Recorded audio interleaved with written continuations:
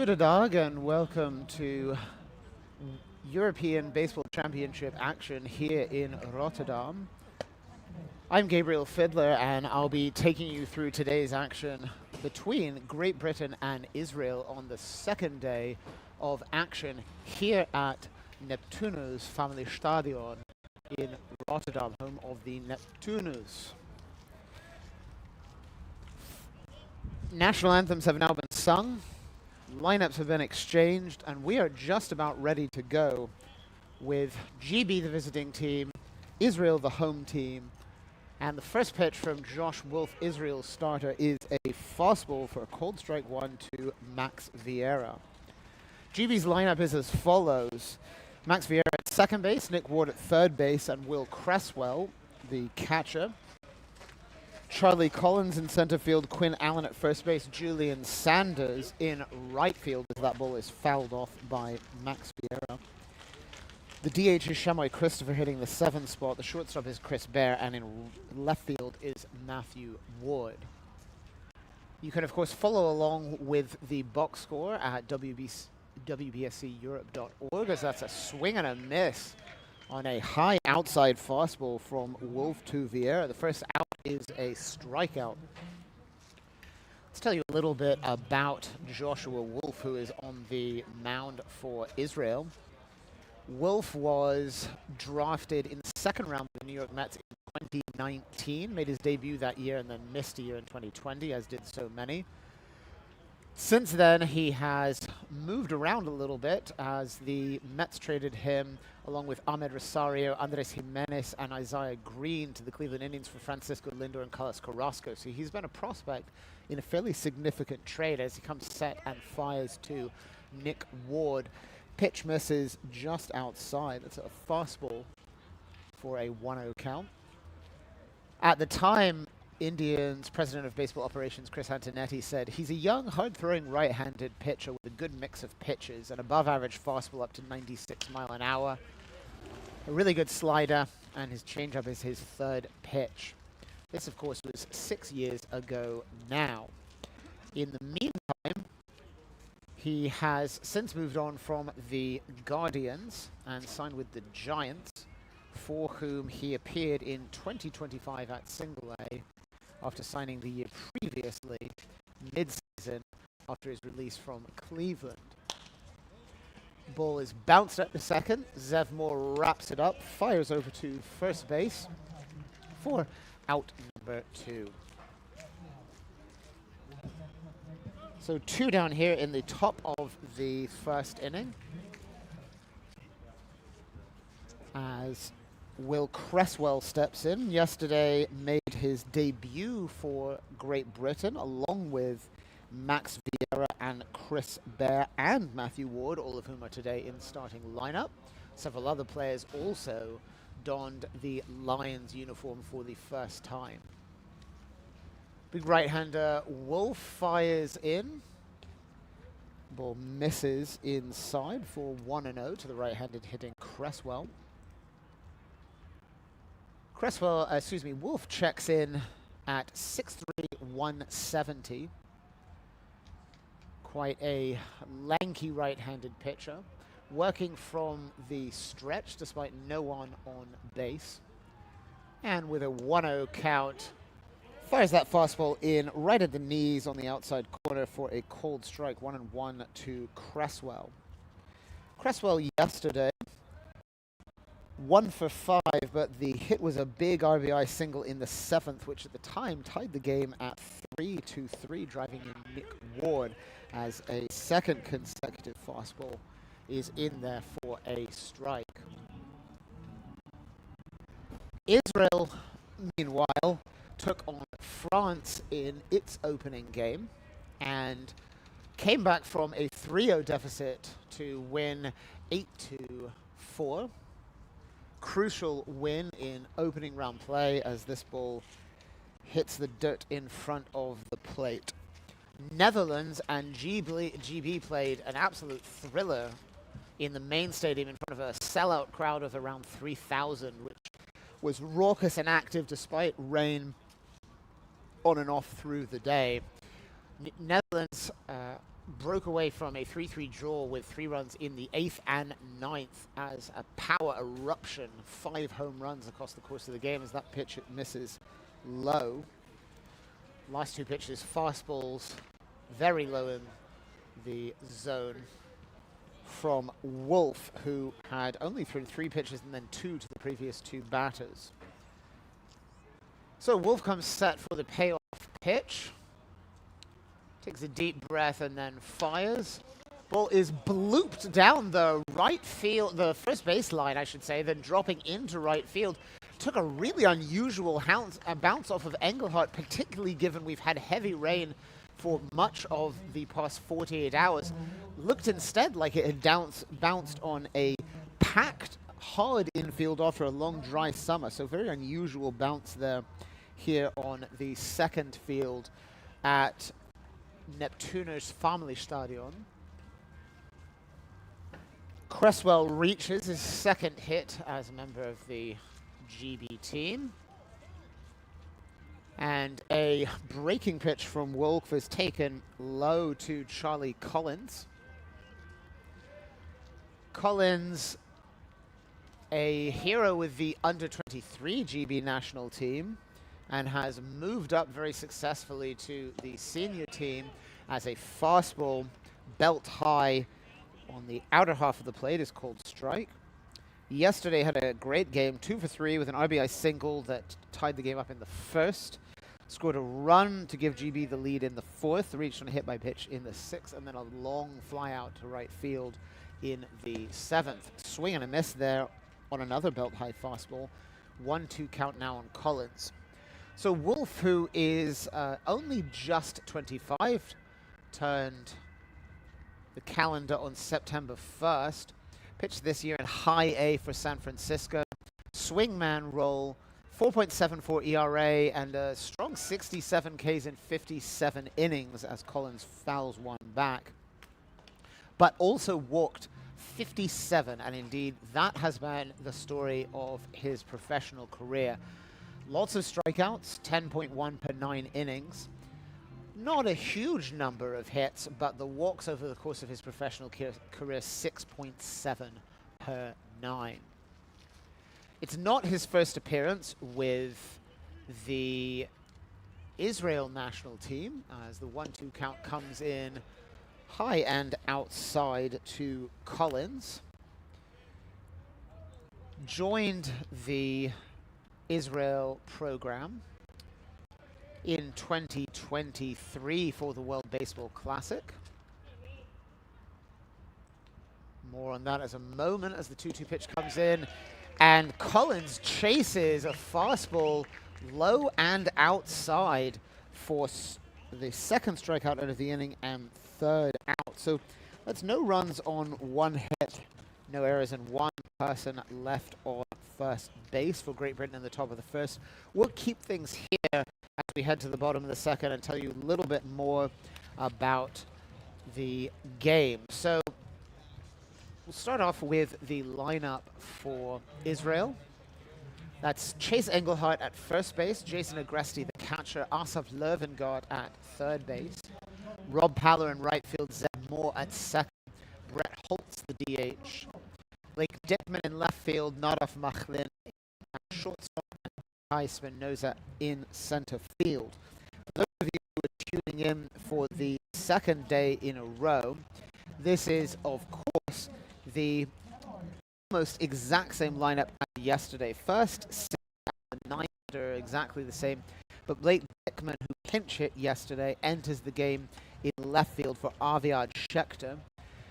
Nadav Machlin moves from the 7th spot to the 8th spot after a very strong game yesterday in which he walked 3 times. Defensively, GB is also quite similar. The pitcher who will talk more about is veteran Alex Webb. Behind the plate is Will Cresswell. Quinn Allen at first base, Matt Beer at second, Chris Bear at shortstop, Nick Ward is at third base, unchanged infield. Outfield, we have a new left fielder, that's Matthew Ward, who came on to pinch hit for Kennard Dawson in the final inning of last night's match. Charlie Collins in center field, Julian Sanders in right, are the same. So only the pitcher and left field are different in this second game for GB, which took the difficult loss last night after a very, very close opening 7 frames. Let's tell you a little bit more about Alex Webb. Webb is the longest tenured member of the British pitching staff. In fact, he is the longest tenured member of the team, and that includes coaches, at least in terms of consecutive years. Webb joined in 2014, serves as one of the team captains alongside Nick Ward. Had a professional career after being drafted out of the University of British Columbia. Padres took him in the 36th round of the 2015 draft, but remained at university, and then had a 9th round selection from Cincinnati in 2015. And so went pro after a nice summer with Kelowna in the strong Canadian West Coast League. This is a summer baseball league. As Webb, the big right-hander, fires the first pitch in to Engelhardt, who fouls it off. Webb is a tall, lanky, right-handed pitcher, 6'3", 210. If anything, looks taller than that when one walks by him, as a curveball is thrown in the dirt to Engelhardt.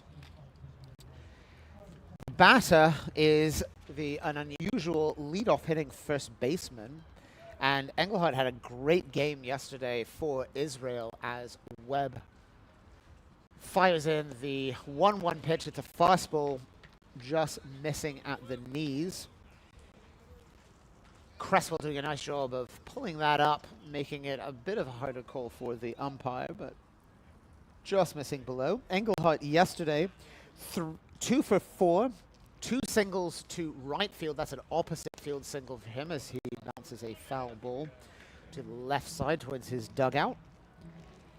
Also walked, reached on an error, and had a soft liner snared at shortstop by the French shortstop Miguel Lopez, who had a great game in the left side hole yesterday. So 2 for 4, scored 2 runs, stole 2 bases, advanced another one on a wild pitch as this pitch misses low and outside. Webb in the 2023 European Championship had a fantastic performance as this pitch misses outside for a leadoff walk, and Engelhardt aboard yet again for Israel. He has been an on-base machine for his club. Webb relieved in his first appearance with GB in 2023 against Sweden, through 2 shutout innings with 2 Ks against Sweden, and then returned to face Germany in a crucial playoff game and was absolutely dominant, throwing 5 innings, giving up only 3 hits and a single earned run, striking out 10 in 5 innings as this pitch hits Jason Agresti, who had only just stepped into the plate. Agresti has a knack for reaching base in any way possible and has proven this over a long career in independent league baseball. He'll trot down to first base after walking twice yesterday in an 0 for 3 day. So Webb last time out wearing the GB uniform, 10 Ks in 5 innings. We'll tell you a little bit more about him as the day goes on. In the meantime, he will step in to face the third hitter for Israel, Asaf Löwengaard. Löwengaard, the third baseman for Israel, had a great game yesterday defensively.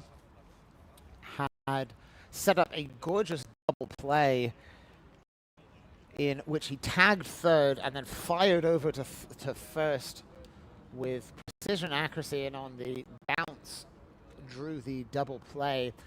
Also had a couple other nice plays as a breaking pitch from Webb is taken for the first strike of the game. At the dish, Löwengardt had a single to left and scored. Also scored and hit by pitch and then struck out 3 times. We noted yesterday, that was Milan van der Breggen and I, that Spinoza swung from his heels quite a bit. And so it'll be interesting to see here whether the veteran Webb, whose baseball career has lasted 10 years now since being drafted. This actually is his 11th season playing. Whether he can get Spinoza swinging and help him expand his zone a bit. So 1-2. Webb fires in a fastball, just misses on the outside corner. Excuse me, on the inside corner with that fastball.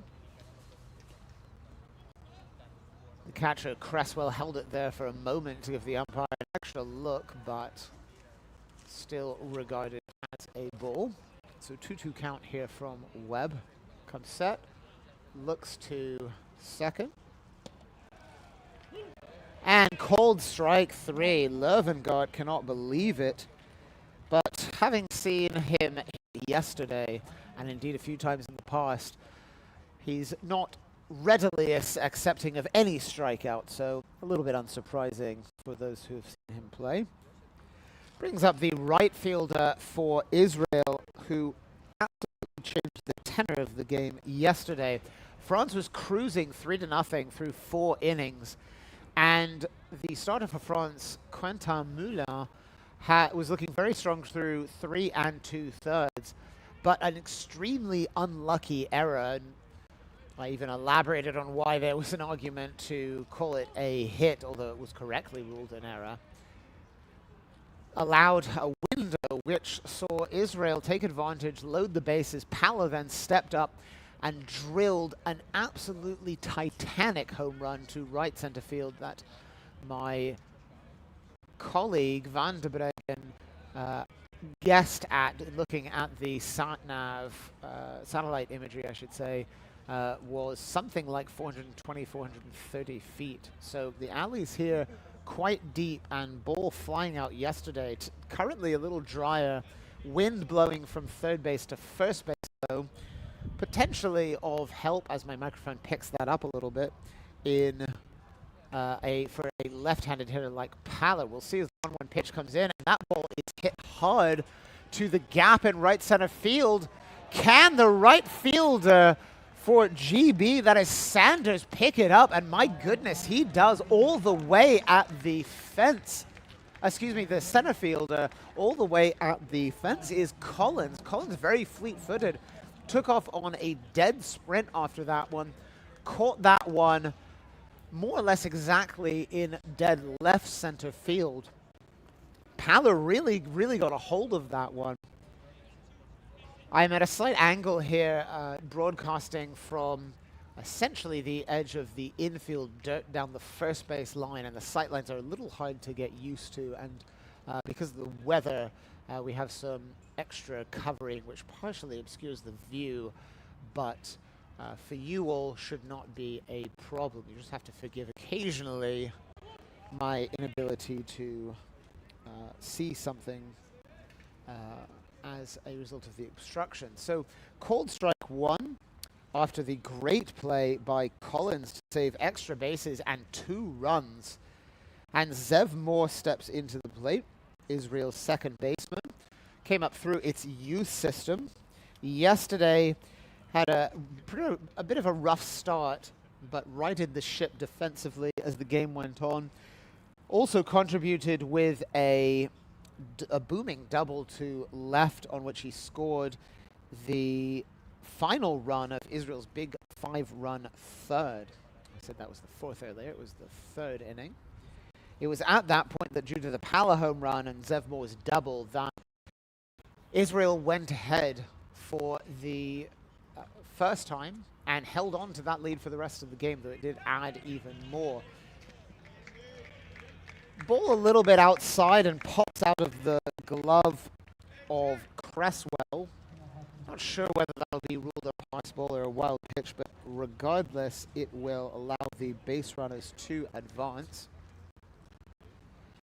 So Zev Moore returns to the plate with a 1-1 count.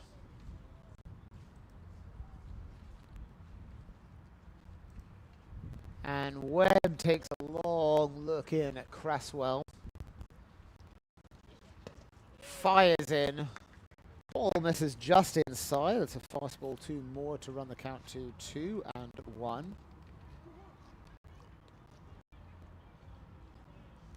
Moore, a student at the Massachusetts Institute of Technology, only 24 years old, yet hitting 5th on the Israel team. Swings and does just about hold up. This is a matchup, of course, between two World Baseball Classic teams. The eligibility rules are quite different, though, for European Baseball Championship and World Baseball Classic, in which the European Baseball Championship one must be a passport holder.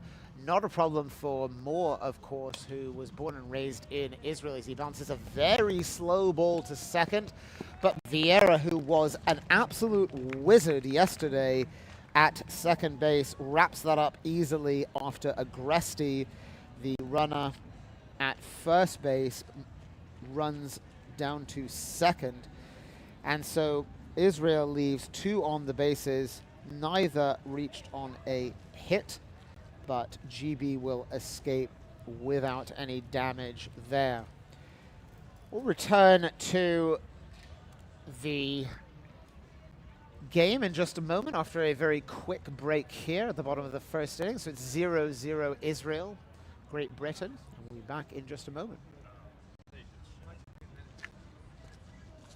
Hot mic.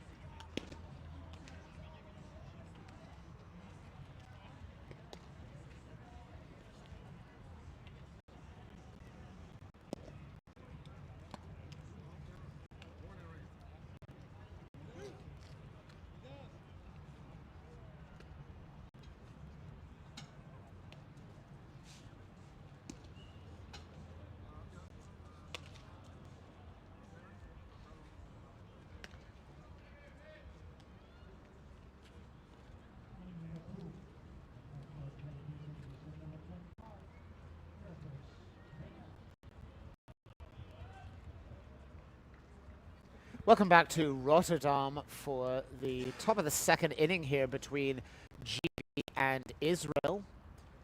The left-handed hitter Quinn Allen steps in. Allen attends Erskine College, an NCAA Division II program. This year hit .293, 49 games, 25 RBI. Yesterday, Allen was 1 for 4 out of the 5 hole, returns to that same slot today. And Josh Wolf has started him with 2 balls, comes in side with another one, so quickly a 3-ball count. And as I indicated last inning, the key point for Wolf, who has great stuff, is whether or not he can control it, as this ball nowhere close, misses high and outside for ball 4. So 4 straight pitches to Allen, who takes the slow trot down to first base.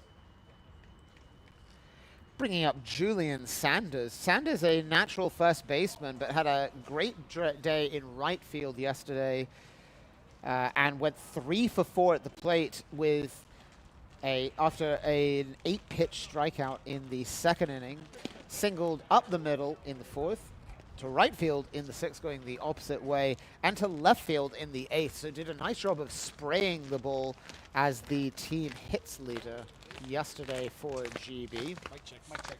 I did the same thing. The 1 count here. And the second pitch, a cold strike. Sanders watching that fastball on the outside corner. So Wolf can touch mid-90s. Pretty good velocity for a team in the European Baseball Championship as Allen takes a conservative lead. And the ball is hit the opposite way through the hole to the right side. Sanders once again spraying the ball to all directions. He is really developing as a hitter after joining GB for the first time at the 2023 European Baseball Championship. Best known, of course, for setting the all-time home run record at Claremont Mudd Scripps College in California. Took him only 3 years to do so.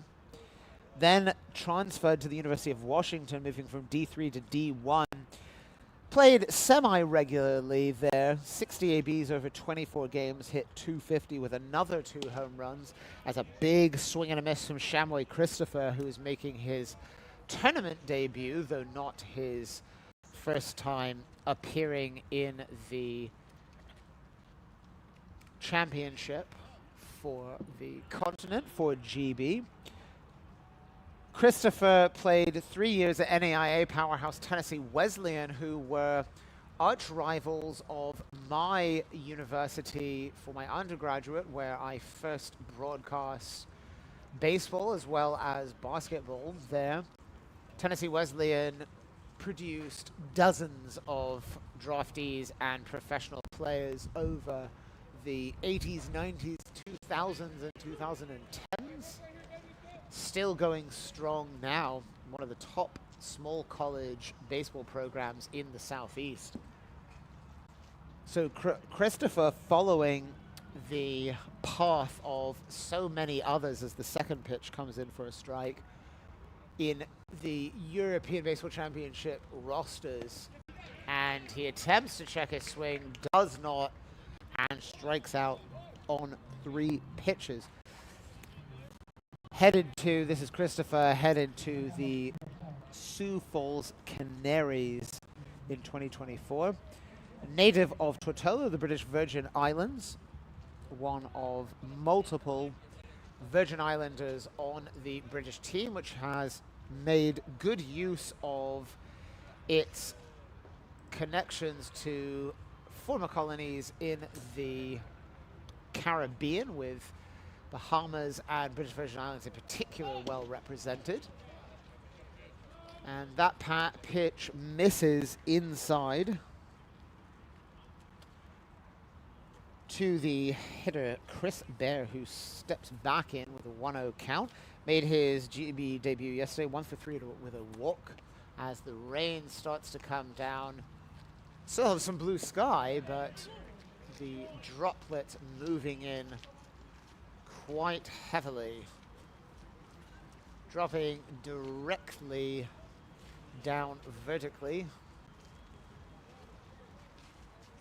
which means those with caps should be well protected, and will continue play for a moment now with a 1-1 count after a cold strike. Pitch misses low and outside for 2-1 to Bear. Bear, the team's shortstop, played for University of Maine, a Division I program, which GB's PR officer, Chris Knobloch, has a storied connection to. The Black Bears infielder played 49 games, hit .271, 11 doubles for them as the rain now comes down in a deluge. 2-1 pitch. Temporarily the team is staying on the field, but Wolf has already rejected the baseball and asking for another. If we continue play, that is certainly going to happen pretty regularly. 2-1 count now to Bear, one of a number of university players for this very young GB senior national team. Wind now picking up, and the rain is slanting towards home plate, right into the batter and catcher's eyes. GB's bullpen is coming back into the dugout. Rain now just intensifying, and unless this pulls off any moment now, we will be entering a rain delay. Wolf still has not thrown a pitch now in about 2 minutes, but now comes Set. Rain moving away from him now, so for him at least it's an advantage. Fires in nowhere near home plate, and he gestures in frustration to the second base umpire. And I suspect that his inability to grip the ball has led to that wild pitch, and the players will head off the field. Unsurprisingly, we're here in a rain delay. Blue sky overhead suggests, as the rain suddenly lightens up, though still coming down pretty hard, that we will be off the field for a few minutes. But it remains to be seen whether this will carry on. The gates open here on the third base side, and the grounds crew come out. What an incredible job they have done thus far in the tournament. They have put into work continually since before the tournament even started, ensuring that the fields remain dry and that the infields are dried out as much as possible. And really and honestly, we've seen very few plays that have been affected by the waterlogged conditions. You can see here the mound being covered. One of our other, actually in fact 2 of our other cameras are more or less totally out of commission due to the rain. One of them looking in from center field, completely obscured by raindrops. Another one has a big fat droplet of rain right in the middle of it. But we'll stay here for a moment and just tell you a little bit more about the tournament, as the rain now lightening significantly, and given the blue sky, had a feeling this might be quite a quick delay, and rain now almost stopping, but the types go on anyway as the hard work of pulling them out has been done. This is a good time to remind you of the overall structure of the European Baseball Championship. You can find a little bit more information on MrBaseball.com, for which I am the managing editor in all transparency. MrBaseball.com was founded in 2009 to cover European baseball and has done so ever since. The fantastic Philip Würfel, who was for a long time the managing editor and writer, has moved on to working more behind the scenes in European baseball, serving as technical commissioner in the last Euros along with other tournaments. Asked me to take over in 2020, and I have done so alongside the new site owner Francisco Barreto. So hello to Francisco if you are listening. And many of you will be familiar with MrBaseball.com, which covers all manner of European baseball, primarily its national teams and professional prospects, also its national leagues, national and international cups, and occasionally some youth baseball, but particularly at the national team level. Recent article there outlines the changes for you in the European Baseball Championship, but a quick overview is that having expanded to 16 teams at the 2023 Euros, divided into 4 pools, with the former 3-tiered European Championship being then condensed to 2, the overall European Baseball Championship and the B Championship, or the European Baseball Championship qualifier. 14 teams remain from each championship. 2 then qualify from that B pool, and then are divided into 4 pools. Last time those pools were equally weighted, with the top seed as second seed, third and fourth, and so forth.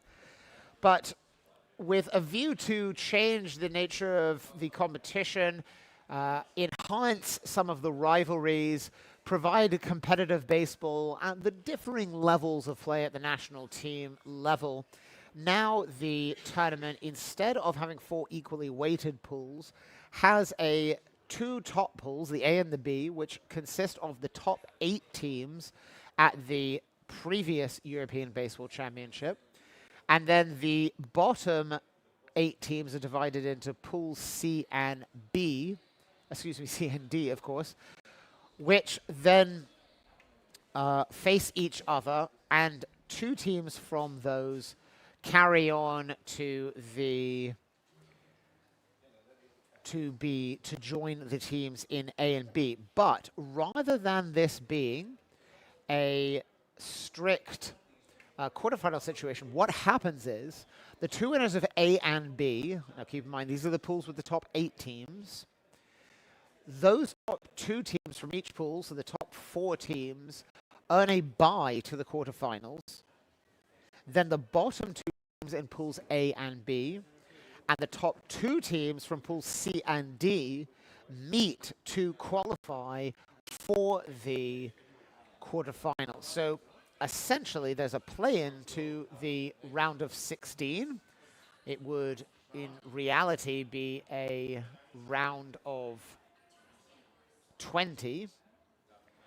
And then the winners of those face the top 4 teams for pool play. So what this means is, if one finishes in the top 8 of the previous European Championship, one is guaranteed at least a chance to play in the playoffs at the next one. However, if one finishes in the bottom 8, and to be more specific, if one finishes 9th through 14th, one will be placed in one of these lower pools with a much harder path to the playoffs. The 15th and 16th teams, or apologies, the 14th, 15th, and 16th teams are relegated to the qualifiers. Hopefully you followed that along. As I said, you can find a breakdown of this at MrBaseball.com. Returning to this, what this means is, here in Rotterdam, we have the 2 highest groups A and B. Group A is Czech Republic, Spain, Germany, and Sweden. Those teams in the last tournament finished, Spain, of course, winning with a pretty impressive win over Great Britain, which earned only its 2nd silver medal at the European level. We then have the 4th team, Germany, the 5th team, Czech Republic, and the 8th team, Sweden. So that's 1, 4, 5, and 8. If you're tracking along, that means 2, 3, 6, and 7 are in Pool B. That's Great Britain, the Netherlands, Israel, and France. Netherlands, of course, one of the absolute powerhouses of European baseball, and the favorites in this tournament between their all-time dominance of Europe, in which the Dutch have won 24 of the 37 gold medals, and 34 total medals. GB, however, a team on the rise, having won the under-23 European Championship this year for the first time ever. Also the Women's Baseball Championship, and also the European Blind Baseball Championship all this summer. And one of Europe's multiple World Baseball Classic teams, having won its game against Colombia last year to remain in the World Baseball Classic. So GB, Netherlands, Israel, and France in this pool. GB and the Netherlands, simply by virtue of world ranking, are the favored teams in this. But of course, Netherlands beat GB yesterday 9-3 in a very close game.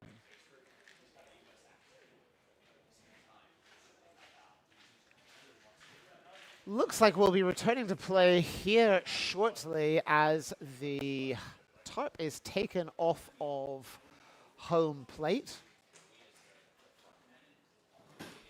My guess is the teams will pretty quickly be ready to play. We'll return in the top of the first inning. 1 down, runners on first and second for GB.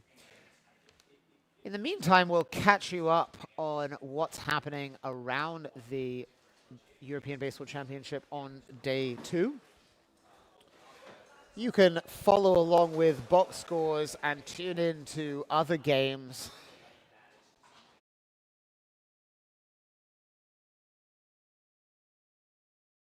And we have one final already on the day. That's Croatia and Austria playing a very tight game. Croatia breaking a scoreless deadlock in the 7th inning, 1-0. It was after 7, then tacking on another one to make it 2-0, but Austria immediately tied it up in the 8th. Croatia then wins with 2 runs in the top of the 9th and holding Austria score. This was a crucial game for both teams, which came in 1-0. Croatia now moves to 2-0, setting up a important game on day 3 in which a win sends it through, but now Croatia more or less guaranteeing it will be moving to Rotterdam for the play-in round to the playoffs. So that game in Borgerhout, a Pool D matchup, already concluded. In Pool C from Novara in Italy, Greece and Switzerland locked into a slugfest. 11-8 Switzerland currently in the bottom of the 8th with the Swiss batting. 2 outs in that, meaning that should the score hold after 8, Greece would have 3 innings to fight back for its 2nd win. Switzerland looking for its 1st win. No other games yet starting. The next one due to start should be any moment from Antwerp, assuming their rain delay is of a similar shortness as to ours here in Rotterdam. That'll be Hungary and Belgium. Both teams took a loss on the 1st day of play. Meanwhile, on the other field here in Rotterdam, the Netherlands and France will play. A 2 o'clock start, which of course will be delayed slightly, I suspect by rain, though with its later start designed, perhaps they will get started on time, so don't take that as a official pronouncement. One other afternoon game to start is Italy and Lithuania from Novara. And then our evening slate, 1 game on the field here, 1 game on the field next door. We're on field 2 here. So that'll be Germany-Sweden. I'll be behind the mic for that. Spain and the Czech Republic on field 1. Spain winning on day 1, Germany winning on day 1. Teams now emerging from the dugouts. One of the Israel, I think, relief pitchers rather than coaches, though that might be the bullpen coach, too hard to see from here, heading down to the bullpen with a rake. So teams pitching in to get us going. And it looks like the rain has totally subsided. So very, very hard for about 3 minutes. Steady drizzle for about 10 more minutes. And my guess is we will be ready to go here in just about 2 or 3 minutes. In the meantime, we'll take a 30-second break and be back with you in just a moment.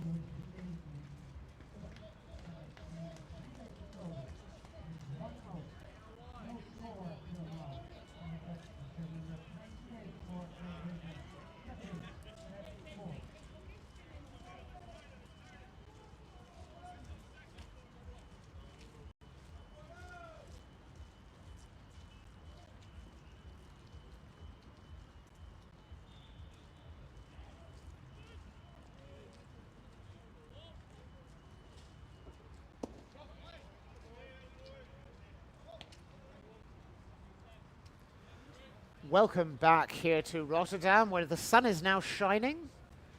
And aside from the heavily laden field, fences, windows, etc., nothing to say other than the soggy infield that we've just had. A roughly 10-minute rain delay as this ball goes in the dirt to the hitter Bear for a ball. Scoreboard in left saying 1-1, but I have the count as 3-2 after the first pitch, after the rain delay came in with a strike, but it is in fact 1-1. Ball taken low.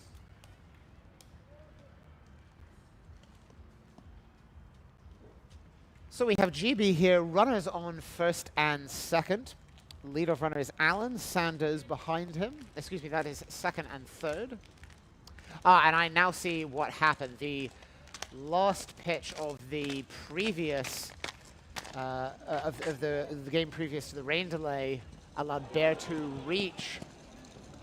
And now GB will score its first and its second runs of the game as Ward advances all the way to second base. Unfortunately, due to people standing immediately in the line of vision to home plate, I was completely screened as to that play. Keeping the sight lines free has been pretty tricky here on field 2, which is not normally a field used for broadcasting. But GB gets on the board with its first 2 runs of the game. Matthew Ward on second and the runner on third is Chris Bear. So the rain delay only allows GB an opportunity to ensure that it started out hot. First runner reaches and Vieira, the leadoff hitter, steps in. Yesterday, we had a brief discussion in the booth after the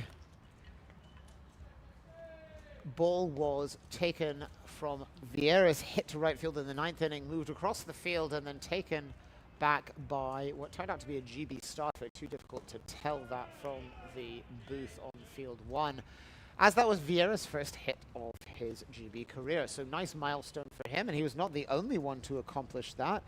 Will Cresswell also had his first GB hit, as did Chris Bear. Several others will be looking for those as the tournament goes on. So now a 2-0 count to Vieira.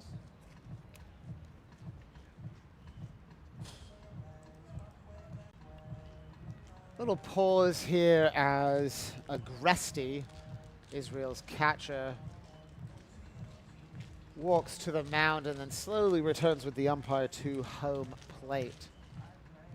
So just to recap, as I had missed that, Bear was actually walked on the last pitch before the weather delay, as he never trotted down to first base.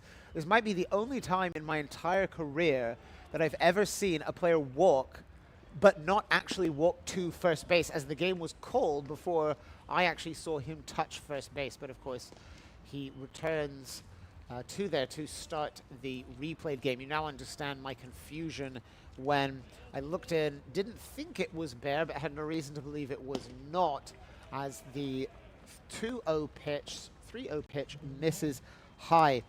So Wolf returns out there with a similar problem as to before, in that his control is just simply fleeting. At times, looks dominant, and at times, 4 straight balls. Whether or not he can go deep, whether or not he can throw strikes will be crucial, and yet our answer looks like it may be coming quite quickly, as the un-Israel coach, cannot see yet which one, walks to the mound as the infield circles around, and that indeed will be it for Bear. We have an official ruling now on Matthew Ward. I could not help as I was screened, and what happened is that Matthew Ward reaches on a fielder's choice, but it's an E5 on the throw from the third baseman Löwengardt, which allows the leadoff runners Allen and Sanders to score. So we now have the bases loaded. Bear at third, Ward at second, Vieira at first base. So we'll wait a moment as the new pitcher comes in for Israel. We'll wait a moment, I should say, to return to action, but I can tell you about him in the meantime. This is longtime Israel member, Alex Kutz. Kutz, a left-hander, one of many out of the pen for Israel. Many, of course, is 4 on a pitching staff of 12. Nice for Nate Fish, the manager of Israel, to have so many options. What's interesting here is that Wolf comes out, back out after the rain delay, and stays on the mound, but pitches only to 2 more hitters. And then the hook comes as Fish strolls to the mound. Now, the advantage of this is in a tournament with pitch limits to reduce pitcher injury, that there are no pitchers who are asked to go too deep into games. And so Wolf will be available at a later point. Tell you a little bit more about his replacement, though, Alex Kutz. So Kutz wearing 15. Got into only a couple games this year for the York Revolution of the Atlantic League, a partner league, but one of what are now called MLB partner leagues. What this means is they're independent operations, but they have an agreement with MLB to test particularly proposed or experimental rule changes. And so many of the changes which have been implemented each year in Major League Baseball were first trialed in the Atlantic League and other partner leagues. Alex Kutz, the new pitcher, of course, has a long career. Played for St. John's in the Big East from 2013 to 15. Had a 3.97 great ERA in the Big East Conference over that time. Struck out 8.1 per 9 innings, 6.1 walks, though. Over 5 years in the minor leagues after being drafted by the Chicago White Sox, Kutz advanced as high as AA.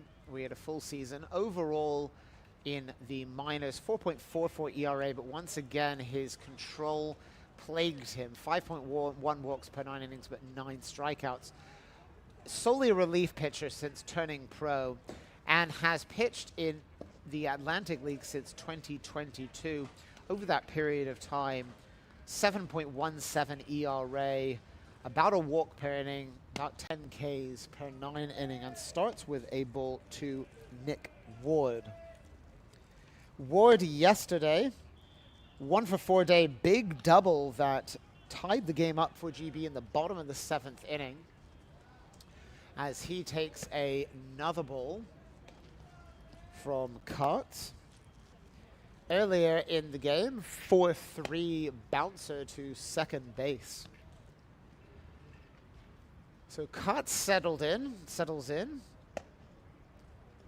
5'11", 195 on the mound. Fires into home plate with the bases loaded. Ward takes this pitch low and inside, so we have a 3-0 count once more. Another ball here is a run and an RBI for Nick Ward. Alex Kutz, notably though, and I think he is possibly best known for this, or possibly for his work with Team Israel, as a swing and a miss on 3-0. Ward had the green light.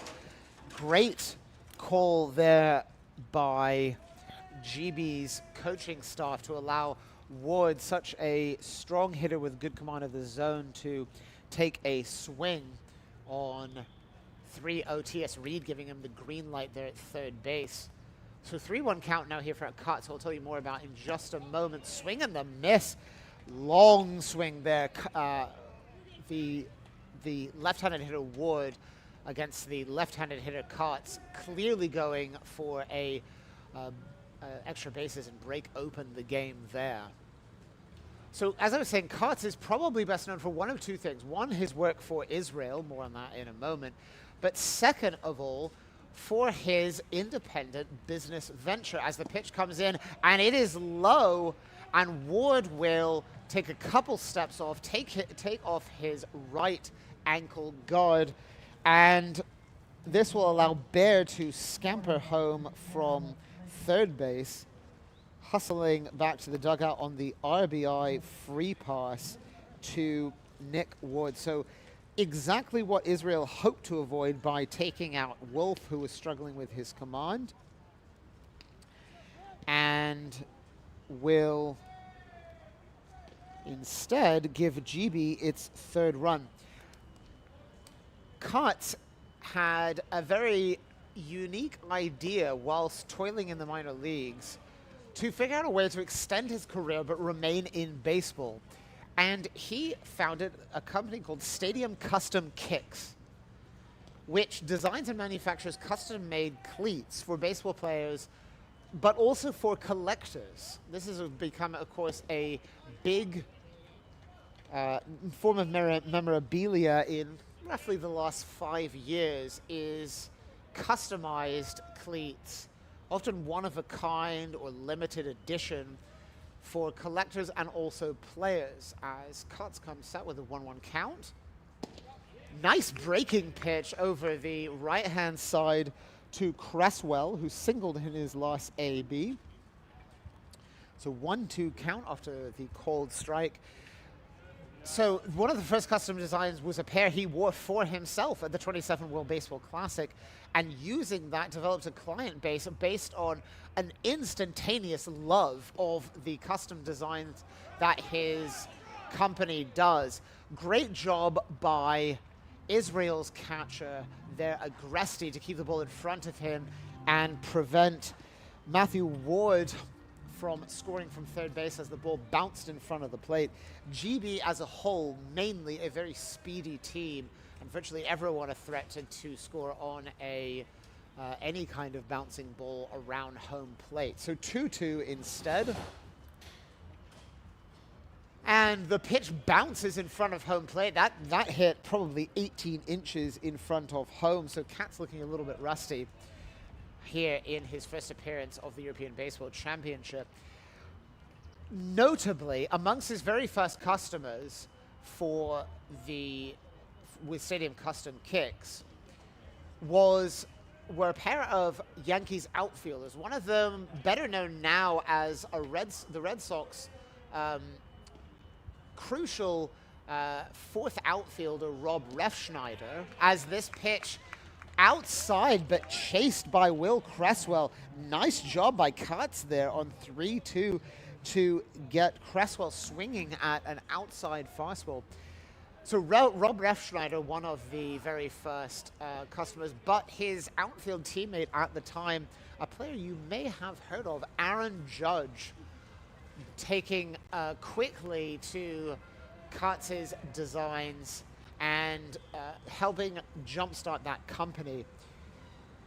The business classes that Cutts took while he was a student at St. John's University helped with this. So kind of a cool story in that a player is scouted to join a national team whilst at a university, then appears in the World Baseball Classic, meets some of baseball's superstars, and uses the combination of all of this to launch a company which now hits a really interesting market of customized gear for players and memorabilia for fans. So you can follow Cutts along on social media and look for Stadium Custom Kicks and check out some of his work there.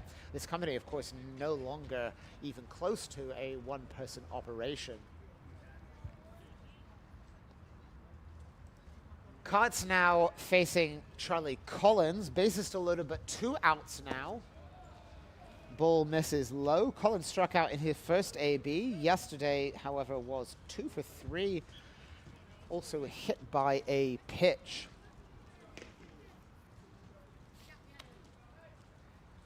Collins center field for GB. One of 2 outfielders actually listed on its roster. As we have Julian Sanders, a first baseman, playing right field today. Though this makes it sound, of course, like Sanders is out of place, though. Sanders a fantastic defensive right fielder with surprising range. He is not a stocky first baseman, but a rangy hitter who does a great job, as we've seen today, spraying the ball all over the field. In left field, Kennard Dawson, and then today in left field is Matt Ward. So GB now taking a 3-0 lead. And the count 2-1 after the second ball just delivered to Collins. Ball outside, just missing. 3-1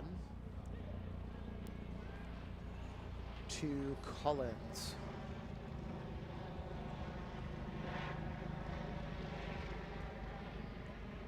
So the 3-1 count here from the southpaw to Collins is fouled off down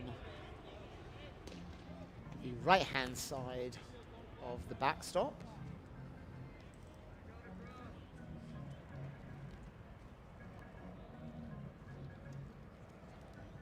Ninth batter to bat in this very long inning, which was extended by a roughly quarter of an hour rain delay.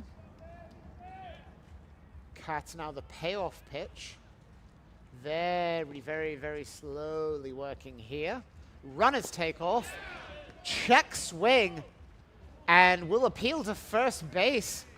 And no swing. Just holding up is Collins. And from our angle with that outside pitch, looks to be the correct call. Disappointment, of course, for Israel, but that is the second RBI walk given up by Cats since entering in relief of Wolf, whose control had somewhat deserted him. So the call to the pen making very little difference, and GB coming up now with its 4th run of the inning, despite, and you may have been tracking this at home, only 1 hit in the inning.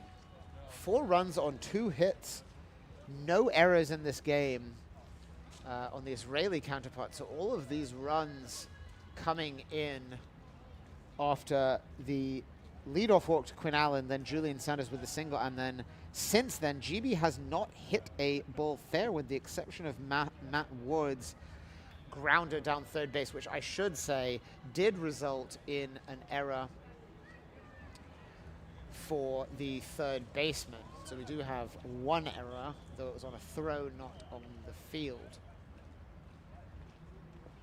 We have a long visit to the mound by Israel's pitching coach to speak with Cats. That is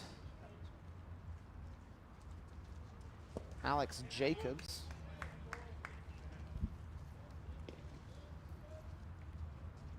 And we return to Quinn Allen, who led off the inning. Cold strike 1 to him.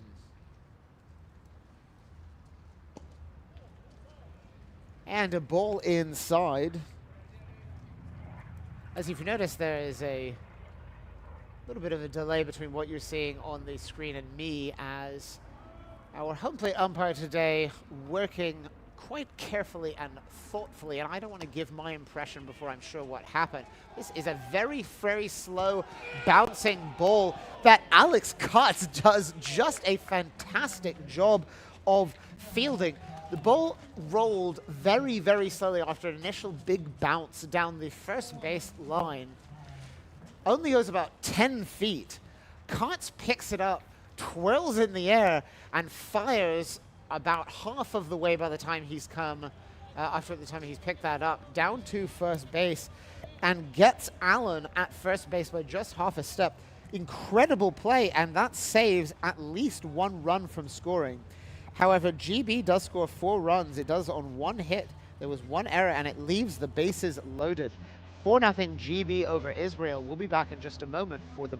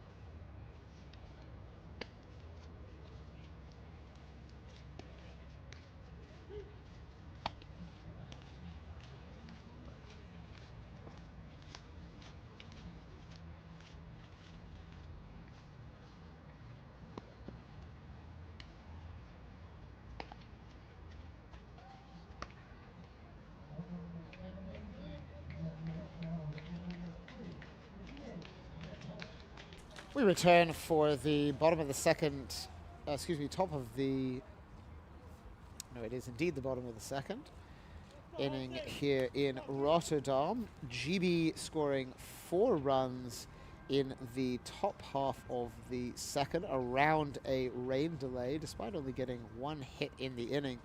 It's been a very long layoff for the GB right-hander Alex Webb, who's been a member of the program now for 12 seasons. Well, we don't really have seasons, do we, in national team play, but 12 years of national team baseball. He starts the bottom half of the second inning with a swing and a miss and then a ball, and hit ball out to shortstop by the DH for Israel, that is Brett Holtz. So Holtz grounds out to the shortstop Bear. Quick out here in the bottom of the second for GB. Good to see for GB fans that Webb did not look rusty at all on that after having sat on the sidelines for, believe it or not, almost 3/4 of an hour with the rain delay and long inning. However, curveball plunks the left fielder Blake Dickman right on the backside. Dickman turns out of the way and does not flinch as that curveball just simply did not break. Takes a long look over to his dugout, though, as he strolls without impairment up to first base. I don't think we have to hope that he gets better. He'll be happy to take that slow pitch. Nice ball from Vieira, fires to second, does get one. We have seen just such excellent defense out of Vieira. What an addition to the GB team he has been. Didn't even have a chance to announce the batter. That was Nadav Machlin, who walked 3 times in an 0-for-2 game yesterday, and he will remain at first base where he trade places with Dickman. And then that brings up the final hitter in Israel's order, Itai Spinoza. Spinoza was fantastic in center field defensively yesterday, but was 0-for-3 with 2 Ks at the plate. Better known as a defensive player and pitcher, and quite possibly will see time on the mound in this tournament as he takes a cold strike one on a low fastball at the knees. Spinoza happy to swing at most pitches near the strike zone, indeed expands the zone there to swing at a pitch below the knees, and Webb quickly up 0-2.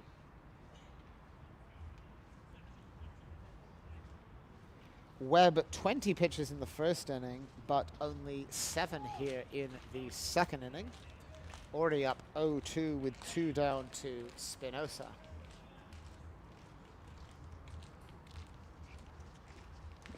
Breaking pitch at the knees. Absolutely perfectly located by Webb. What a pitch. That was absolutely fantastic work from the right-hander. So only 8 pitches to mow through Israel in the bottom of the second inning. It's now 4-0 GB. We'll be back for the top of the third in just a moment.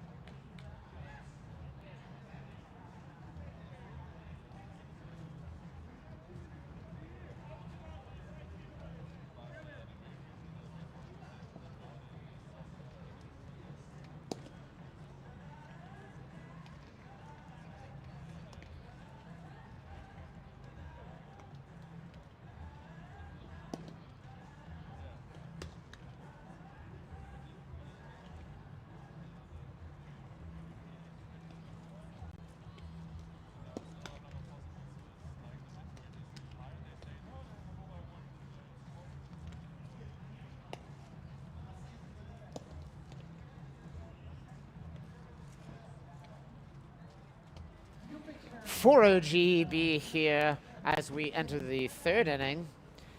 GB will send up Julian Sanders, Chamoy Christopher, and Chris Bear. I'm Gabriel Fiddler here, bringing you through this early afternoon game from Rotterdam from the European Baseball Championship. Be great to hear where you're tuning in from. Send me a tweet at Extra Innings UK and let me know where in the world you are watching the European Baseball Championship from.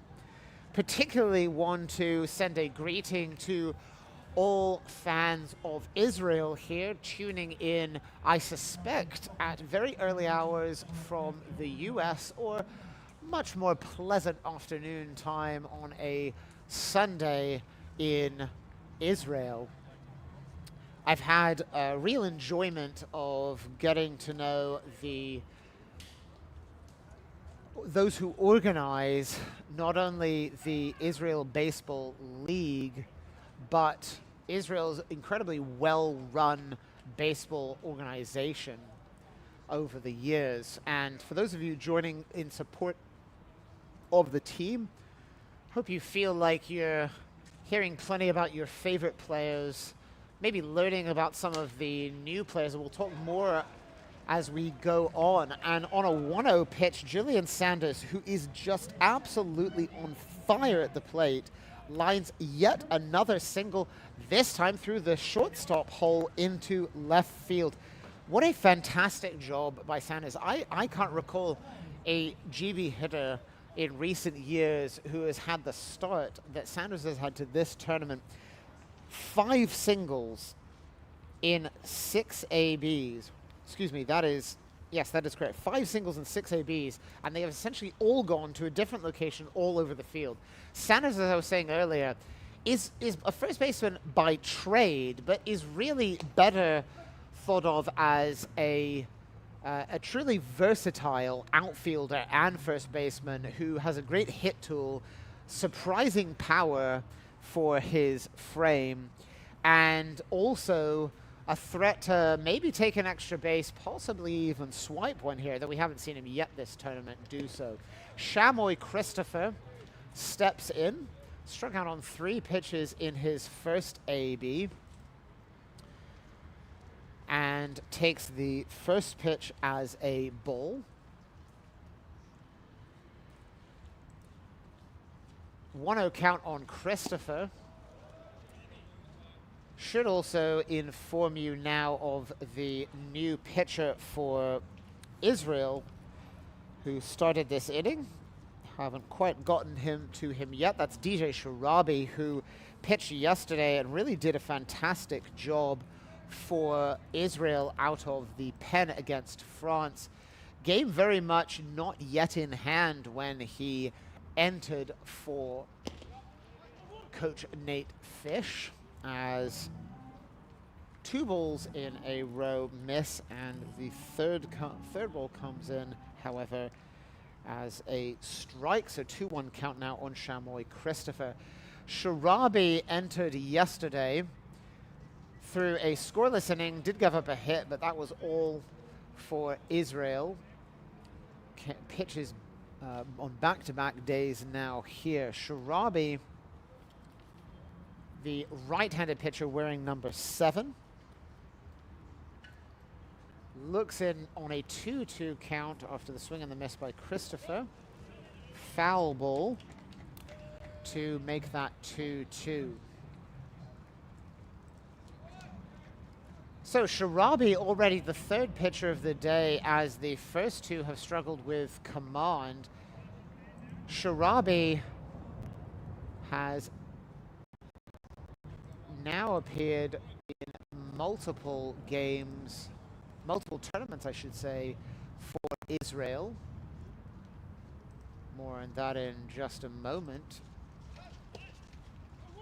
As Christopher retired for the first out in this inning. And that brings up Chris Bear. First pitch a strike into him.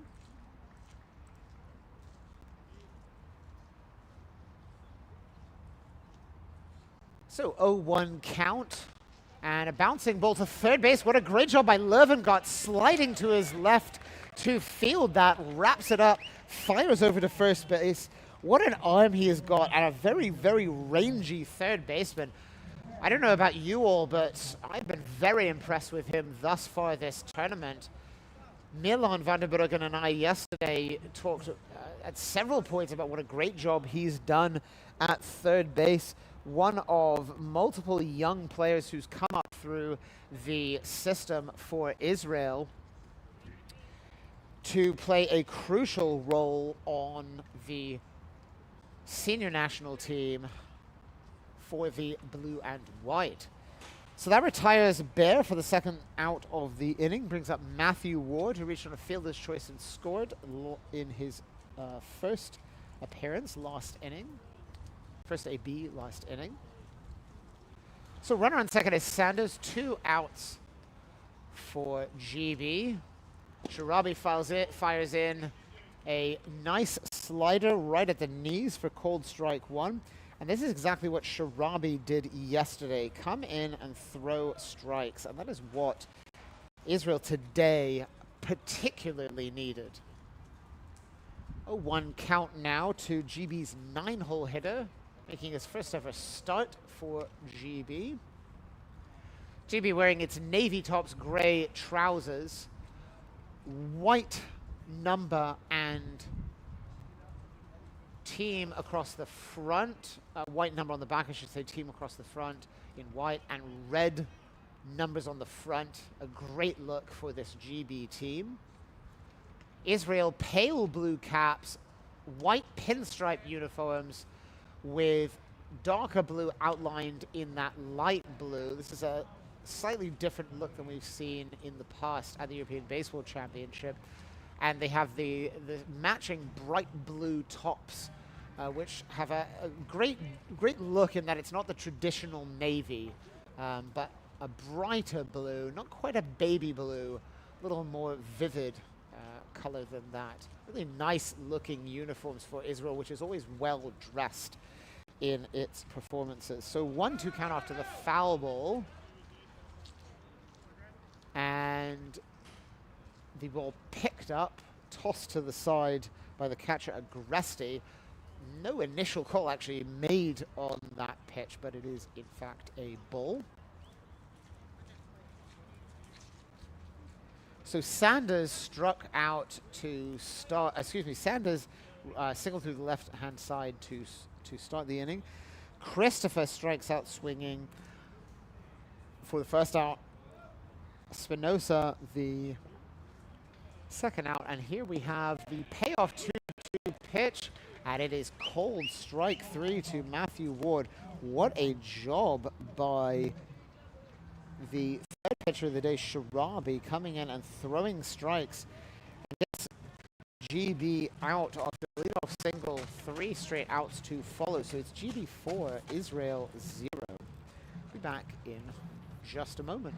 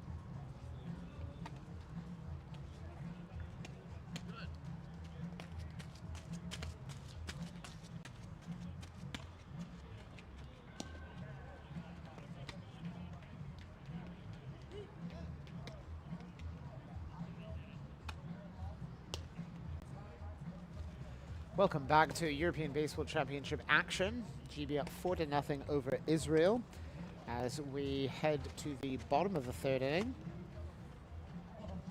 Thanks for joining us here on BaseballEurope.tv. I'm Gabriel Fiedler, coming to you live from Rotterdam. Send me a tweet at Extra Innings UK. Let me know where you're tuning in from. Great to have people joining from all over the world. Drew Spencer, former GB manager and currently working in the Yankees player development system, joining at the 6 a.m. first pitch from Tampa. Saying hello to Drew, who is a dedicated supporter, whether or not he's in the dugout of GB, the Yankees, or of course the London Mets, for whom he led multiple teams to the British Baseball League Championship. Mets recently winning the team's 9th consecutive National Baseball League title in Britain. Unprecedented accomplishment in British baseball history, which of course stretches back to the first national championship, 1890, in which incredibly there were not only an amateur championship, there wasn't only an amateur championship, but also a professional championship in Britain, funded by the great A.G. Spalding, a name you probably are familiar with either from his Hall of Fame plaque, that's the US Hall of Fame in Cooperstown rather than the British Baseball Hall of Fame, or his sporting goods company. Ball bounced to shortstop, and Bear has to range a long way to his left, throws off balance to Chase Engelhardt, the leadoff hitter, and the throw pulls the first baseman, Allen, off of the bag. Not much Allen could do about that, but does stop it from going wild. Suspect we'll be looking at an error there.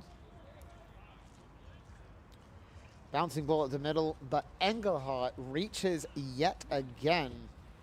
In 7 plate appearances, he's reached a total of 5 times. 2 hits, a walk, and 2 errors. Errors, of course, do not technically help the on-base percentage, but for a team, one is equally as grateful for them as any other means of getting on.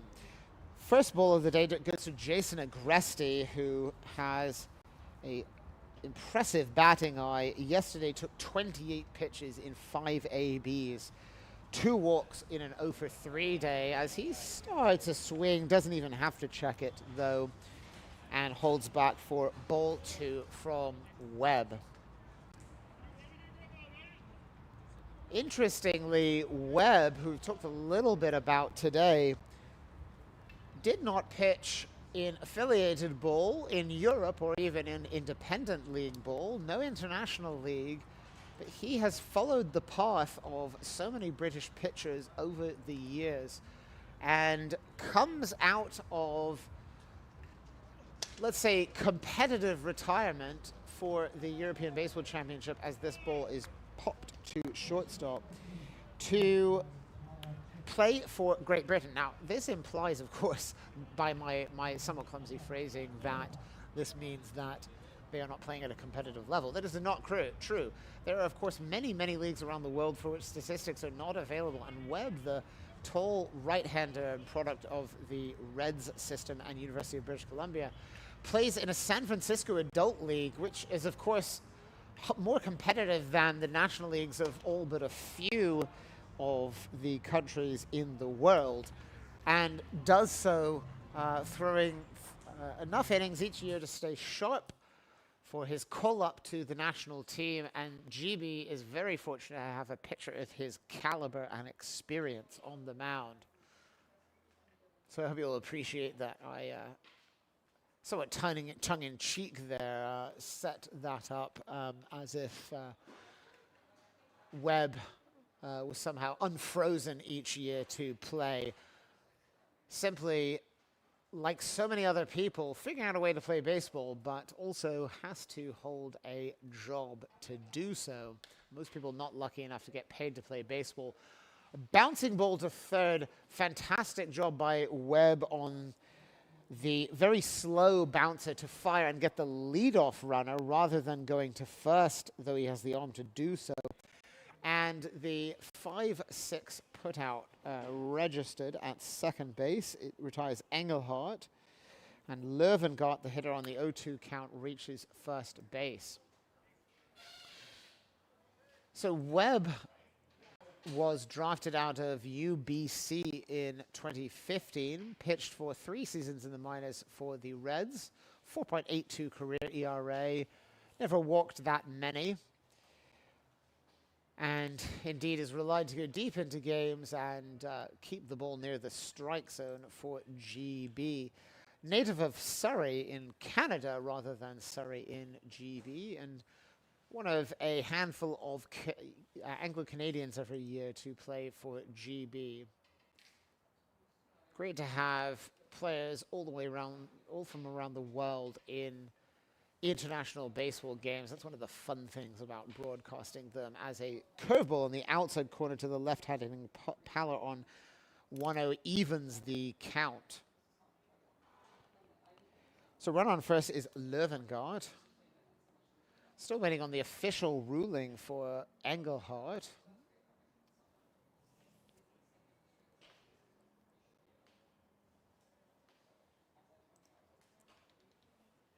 Webb sets. Pauses, fires the ball in, and it is through the right-hand side. Vieira shaded far to his left, basically playing in the hole, and Paller still line drive single, sneaks it through. That is, I suspect, and it is indeed, I can now confirm, the first hit of the game for GB. It was ruled an error on GB's shortstop Bear on that tough play up the middle to start the third inning. So Paller here, officially the first hit of the game for Israel.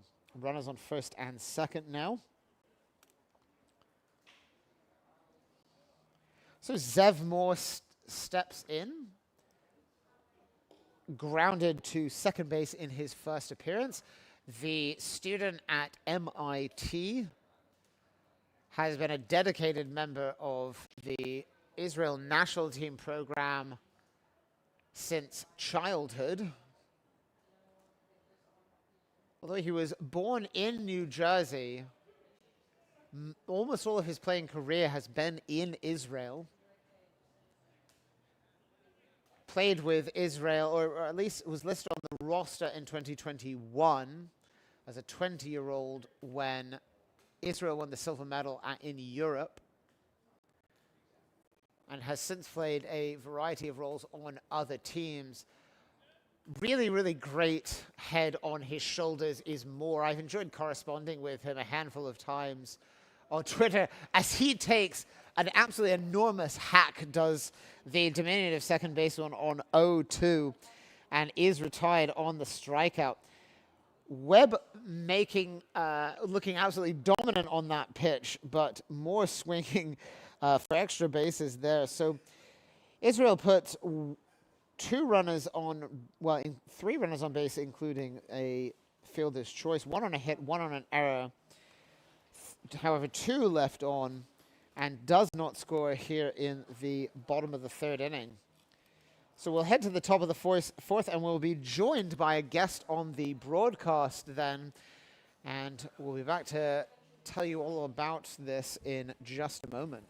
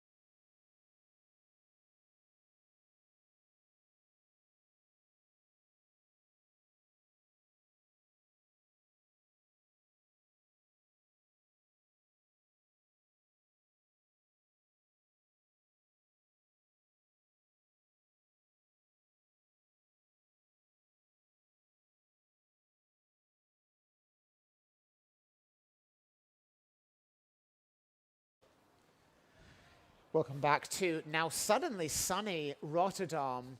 And I've noticed as the sun has come out this half inning that the trees are really starting to turn, and it seems like they're starting to turn as we have arrived here in the in Rotterdam. So we are back for the top of the fourth inning, and I am joined by a guest on the air. Joey Mellows, better known as the Baseball Brit, has joined me in the broadcast booth here at Field 2, watching his beloved GB baseball team. Welcome to the broadcast, Joey. Thank you very much for having me on, Gabriel. Yeah, it's exciting to be here. Good. We are pleased to have you here. Many of you will know Joey. In fact, I suspect many more of you will know Joey than most anyone else to do with British baseball, as he is famous for having traveled the world on his baseball journey, leaving his job to follow baseball around the world. And we'll hear more about that in a second as Max Vieira steps in for his third plate appearance.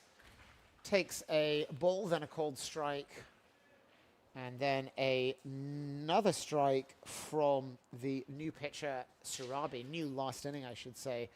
So the 1-2 count goes, and Vieira gets a hold of this one, rips the ball to the left center field fence over the head of Dickman, and Vieira into second base, barely even a pause, and drinks the cup of tea that has become famous amongst British baseball players on particularly notable hits. That is his first extra base hit for GB. So great way to start here, the top of the fourth inning. Joey, tell us a little bit about your travels and what led to them a few years ago. Back in 2019, I gave up my job working in South Korea because MLB had the first regular season MLB games held in Europe. We had the London series between the Boston Red Sox and the New York Yankees, 2 games at the end of June, and I wanted to try and build as much momentum before that series as possible by hitting the road and tweeting about my experiences online. Big swing and a miss by Nick Ward on the 0-0 pitch. And so, out of nowhere, you made this big change and suddenly involved a lot of baseball. That's right. Yeah, I tried to get to 162 games, a full MLB season, and ended up on 148 after getting unfortunately robbed in London and having had my driving license sent back out to me. And those 2 weeks cost me the games that I needed, the 14 games. But 148 still pretty good going. It is, and in many Major League seasons, that of course would be a full spate of games anyway for a team, as the length of season has changed more than many imagine. For a fan, on the other hand, particularly a traveling fan rather than one attending only a single team's games, it's almost an impossible operation to imagine.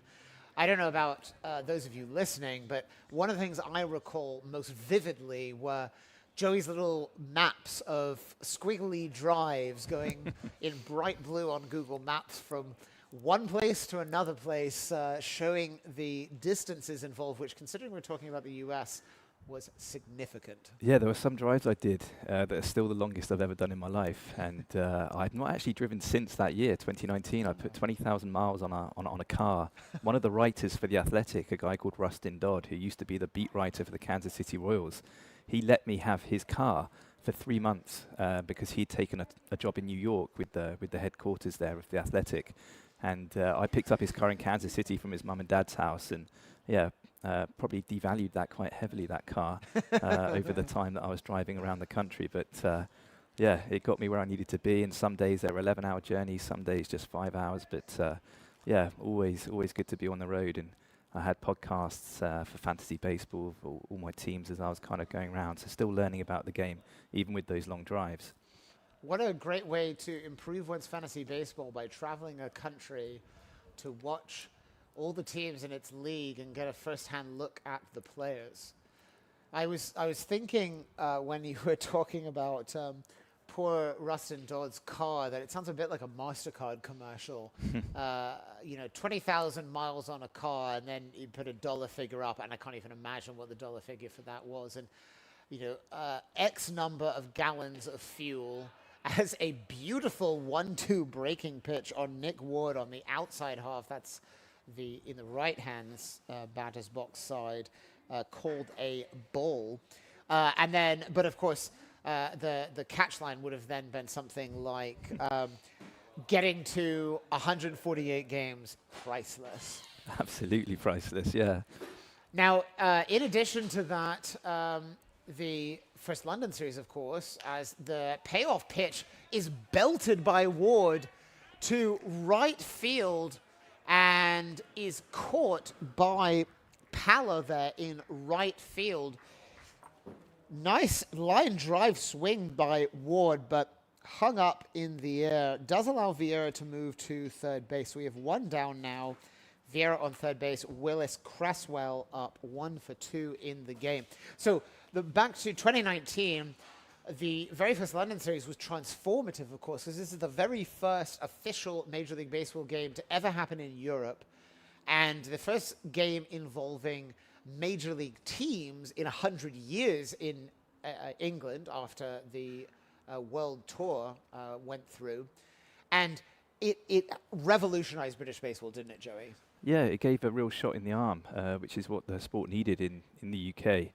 And, since then we've had obviously more series return to London, and I'm hopeful that there'll be MLB games held in other European countries in the future, because particularly coming here for this tournament, it's been great to see the baseball infrastructure that already exists here with Neptunus, and it'd be great to have some games involving MLB teams on mainland Europe. So 1-0 pitch is popped to left field, but should be enough to score Vieira. Nice throw from left field from Dickman, who is listed as a catcher, but the run scores there for Cresswell. RBI on the sacrifice fly. So Vieira scoring from third base, 5-0 GB with Charlie Collins due up. Now, speaking of London series, MLB announcing only immediately before the European Baseball Championship that there will be no 2026 London series. Unlike the 2025 Paris series, it was not canceled due to issues with the, let's say, organizational side of things, in that no promoter could be found in Paris, but simply a logistical issue. West Ham season goes on too late.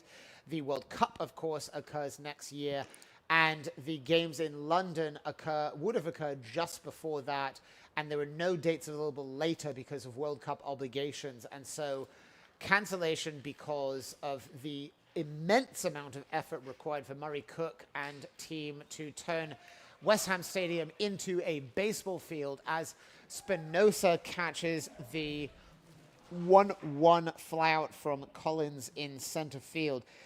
Really disappointing news, though, wasn't it, Joey, to have this happen right before the European Baseball Championship? It was disappointing, yeah, I'm not going to lie about that. And it would certainly be something that could get people in the UK rallying around baseball again if they could announce something for 2027, we hope, or 2028.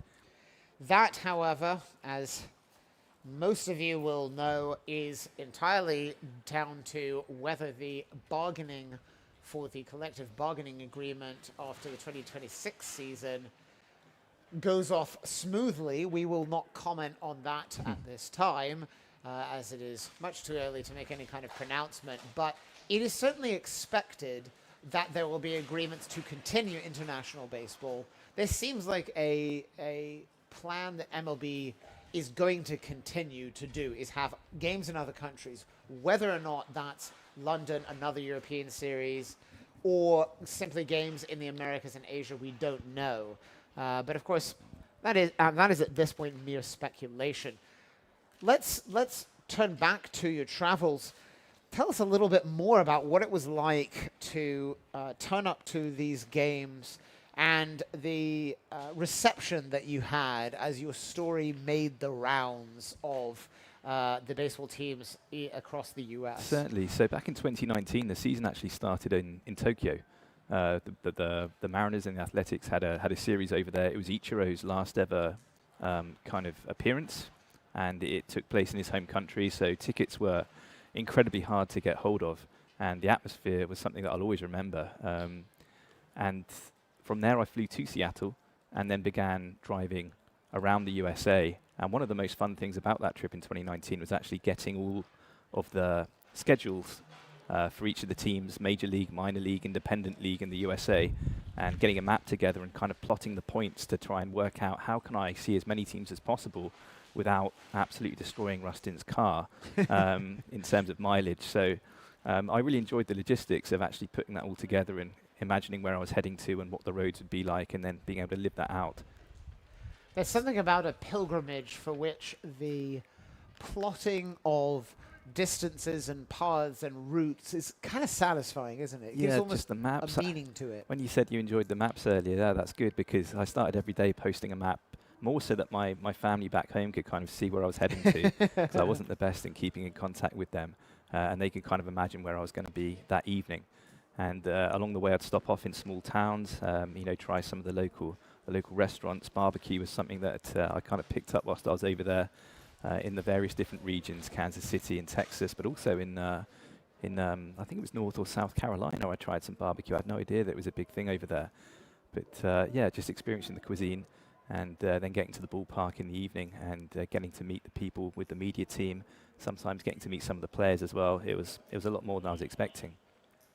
Those of you joining from the Piedmont, where barbecue is very famous, will of course have an initial reaction to where in the Carolinas barbecue comes from. But given that we don't have barbecue really in Britain, though it is starting quite rightly to make an appearance as Brett Holtz bloops a ball to right field, gets in between Sanders and the center fielder Collins in far right field, but Collins picks it up and throws it back in as Holtz, the batter, singles to right field.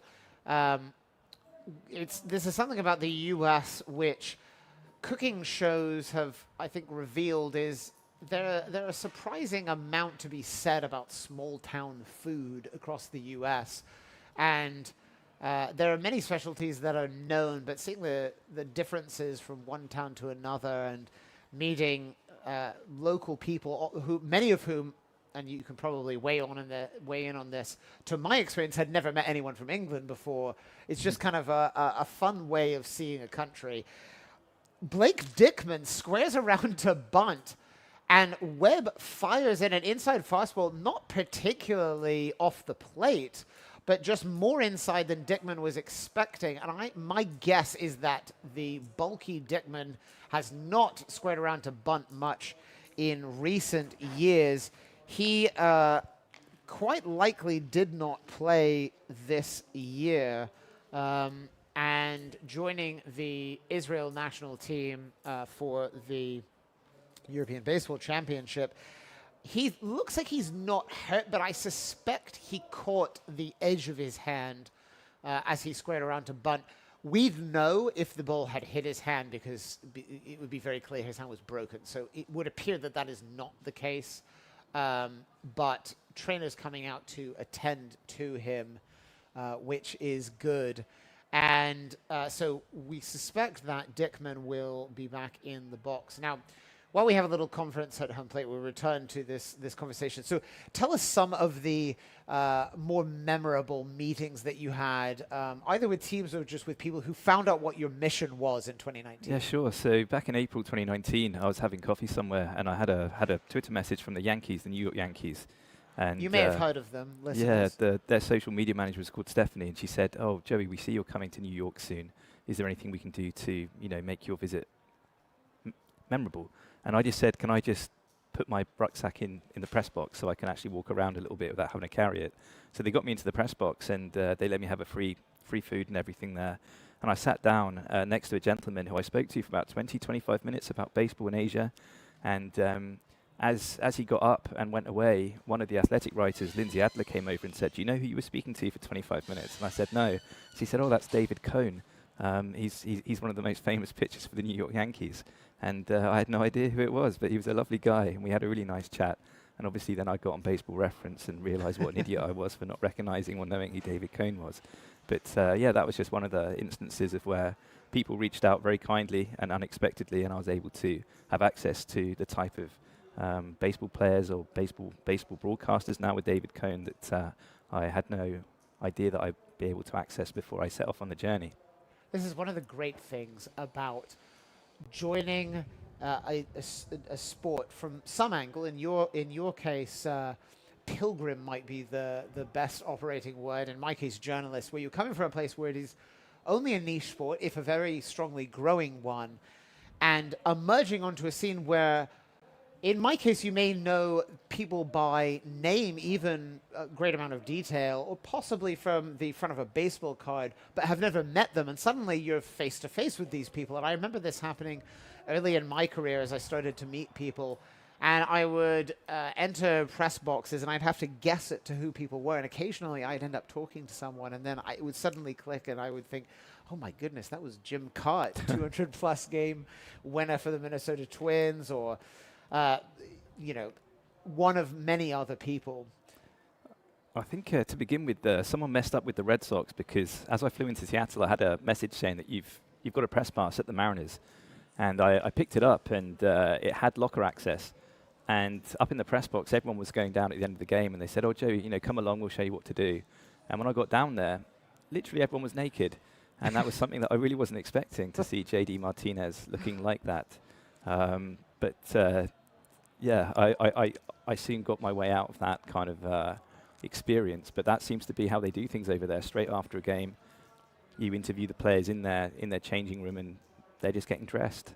And that's something, obviously, being British, we're not used to with our Premier League teams and things with football. Very true, and this is one of the things that's another thing that's interesting about coming from a place where there is no professional league in baseball in Britain, and then adjusting to what it is like in a country where there has been a professional league for a century and a half, to be imprecise, and just the differences in sporting cultures. I'll trade you a similar story there. Please do. My first time in Anaheim was in 2017, after having covered the 2017 World Baseball Classic, as Dickman steps back in, having been sorted out by the training staff. Looks like he's absolutely fine. Takes an 0-1 pitch for a ball down low. And I thought, after having gone from Mexico to San Diego to Los Angeles as a fastball high comes in, I do a bit of a retrospective on the World Baseball Classic by visiting the Southern California teams and speaking to the players who played for the various WBC countries and just hearing their experiences. Well, I was in Anaheim because I wanted to speak to Andrelton Simmons, who I had briefly conversed with during the WBC. Back pick from the catcher Cresswell almost nabs Holtz at first base. My goodness, was that quick. Joey to my left here signaling safe, and for a moment I thought that GB might get the call. I think we probably are correct here, though, in that Holtz did get back safely. And during the World Baseball Classic, rules are slightly different in terms of press access than during the Major League season, and although I had spent time in locker rooms and so forth, during the Major League season, rules are much more relaxed. Foul ball from Dixon there. And so I walk into the dugout where I'm going to grab Andrelton Simmons before the game to have a nice chat with him about playing for the Netherlands. And I walk in, and right in front of me is Mike Trout.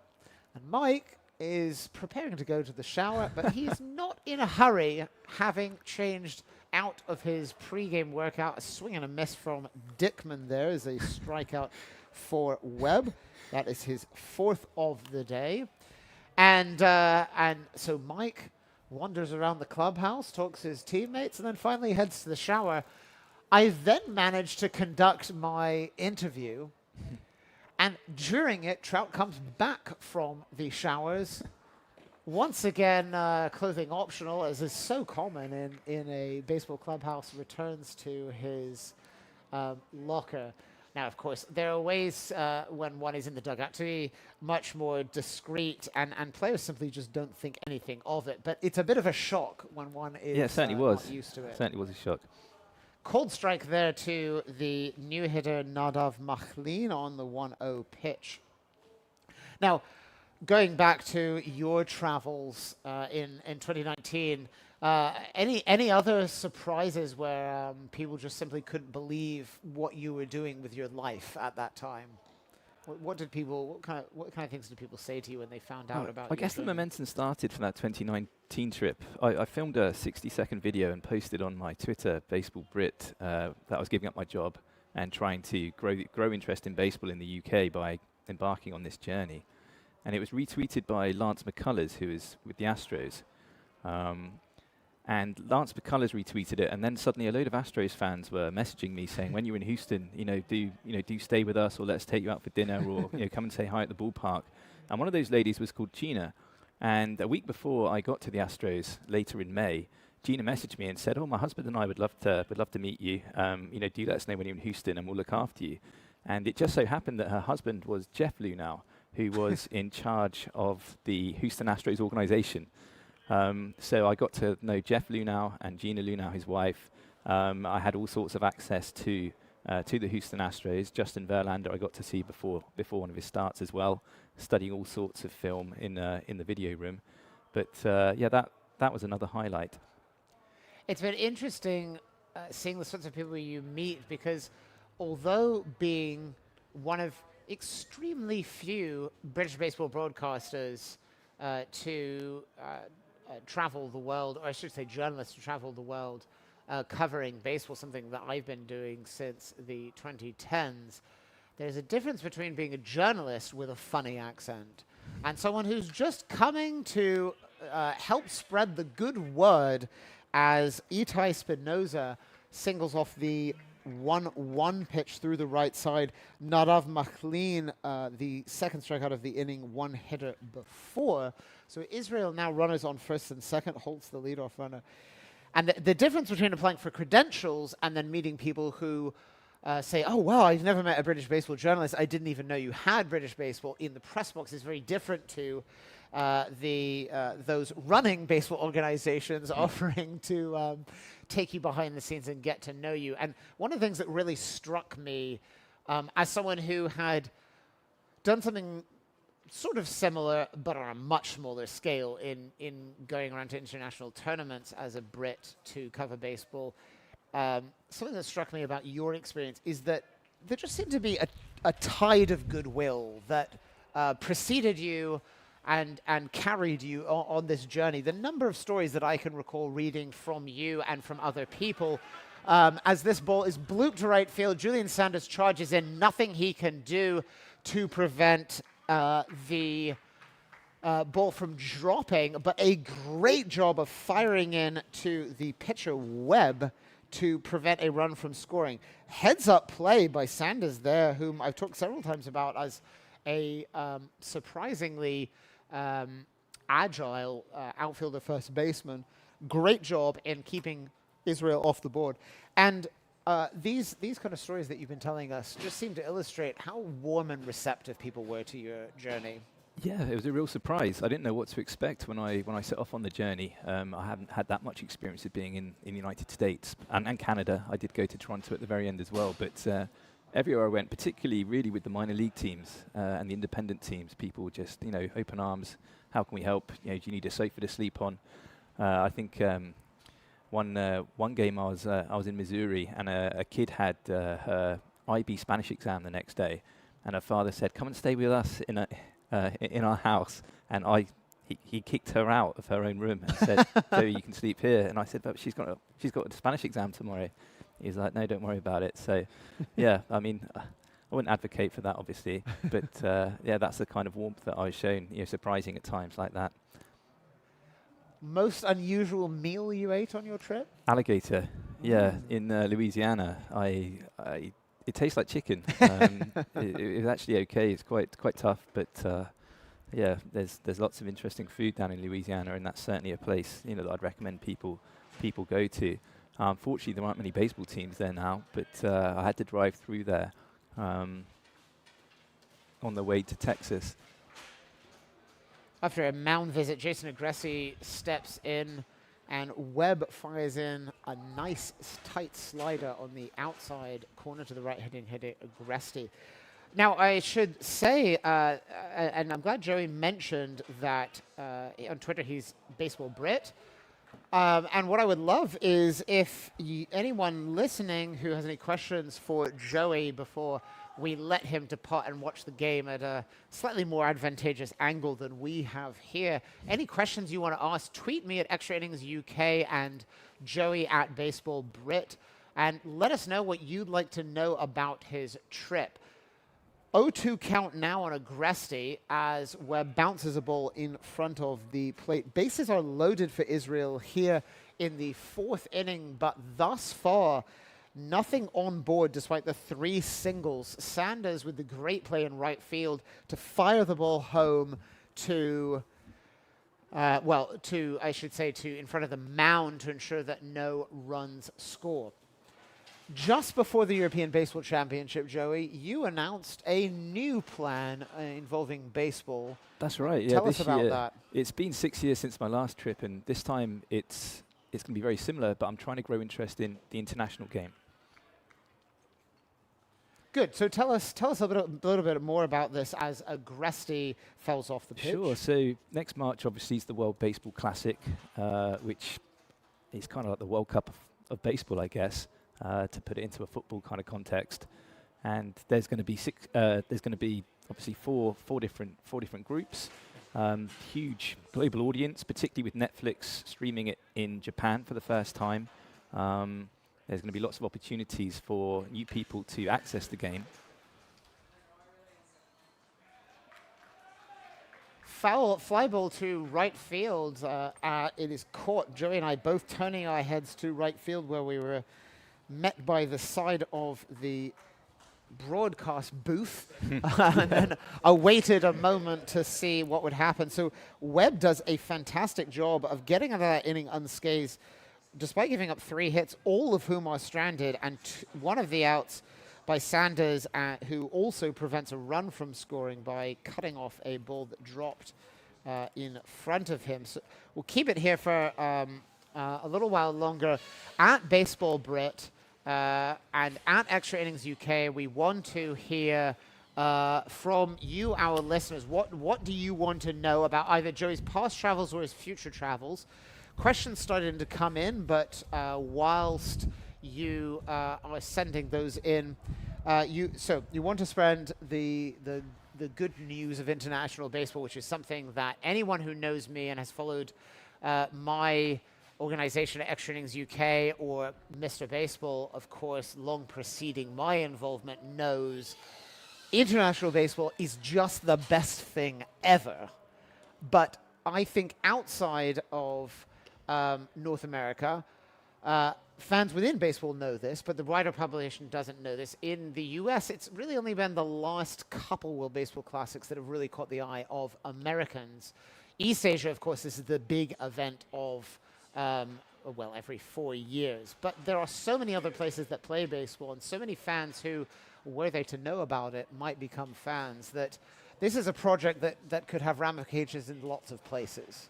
Yeah, I really think so. I think if more people, certainly where I'm from in the UK, knew that we had a team, and a team that is consistently improving, an exciting team, and the team that we're going to get together for the World Baseball Classic in March is also very likely to have some very charismatic MLB players representing GB.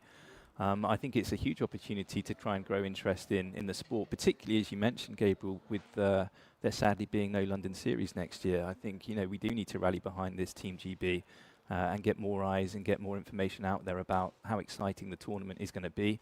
So hopefully we can inspire more people to start playing baseball in April and May after watching it in March.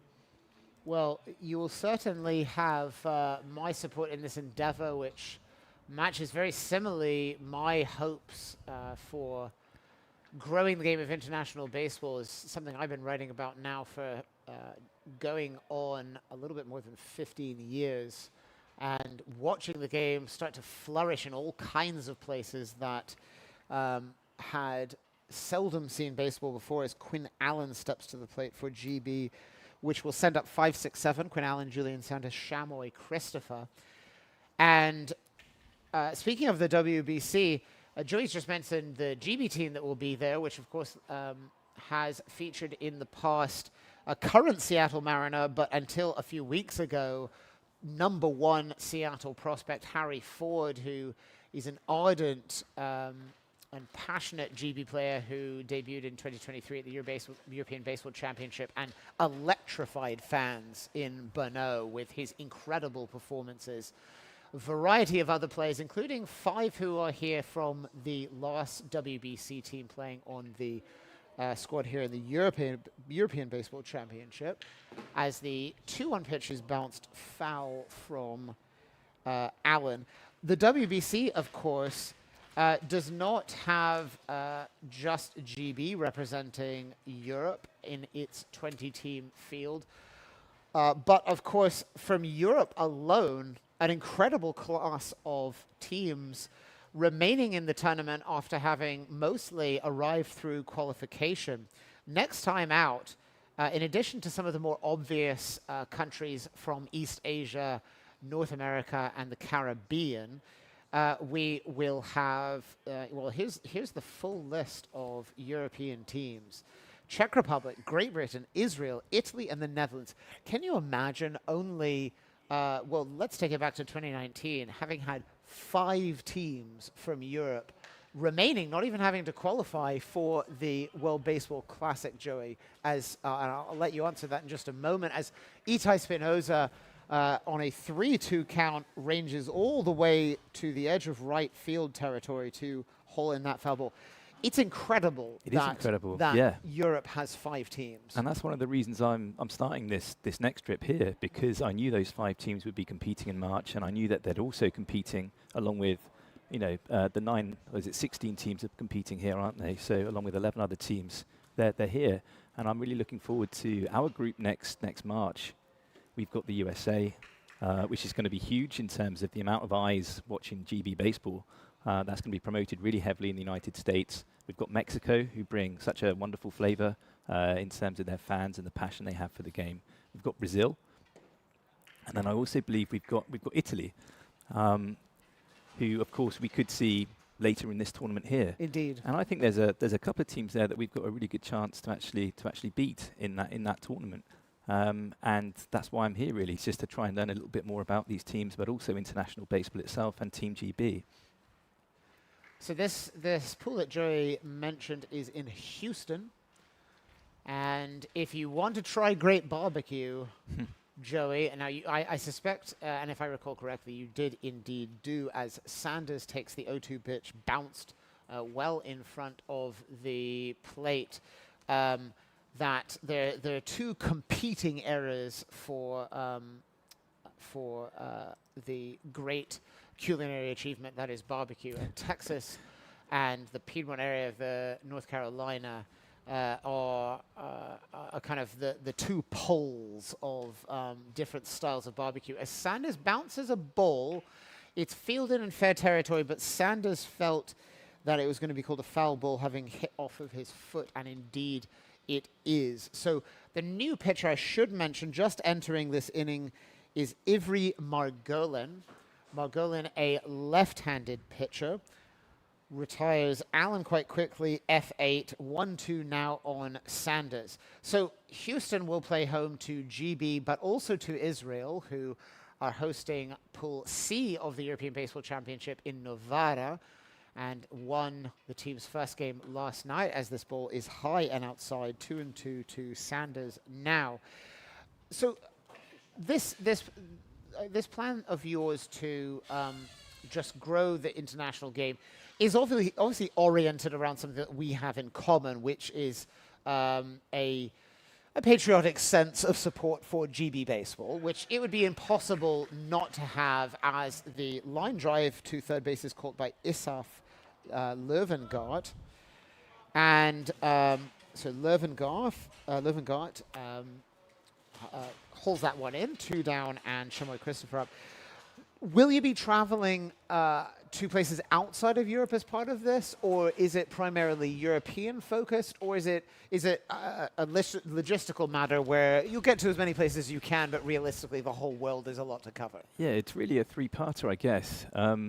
Starting here, obviously with the 16 teams and the 5 going to the WBC, hopefully then getting to the winter meetings, when I'm hoping that there'll be some exciting roster announcements, or at least questions about whether certain players are going to declare for certain countries. I think that'd be a great opportunity to kind of raise the profile of the tournament and ask about specific players at that time.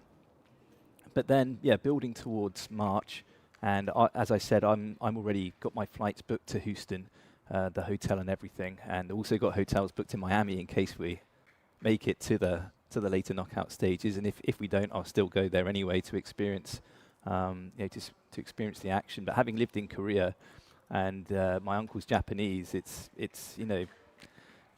there's a lot of exciting teams that could get that far. And we saw last time with Japan and the USA what an incredible and memorable final that was. And if we can get people on board in the group stages and follow the tournament through, they can realize, wow, baseball's actually something a lot cooler than I thought it was. And I wouldn't mind getting involved or learning more or playing more myself.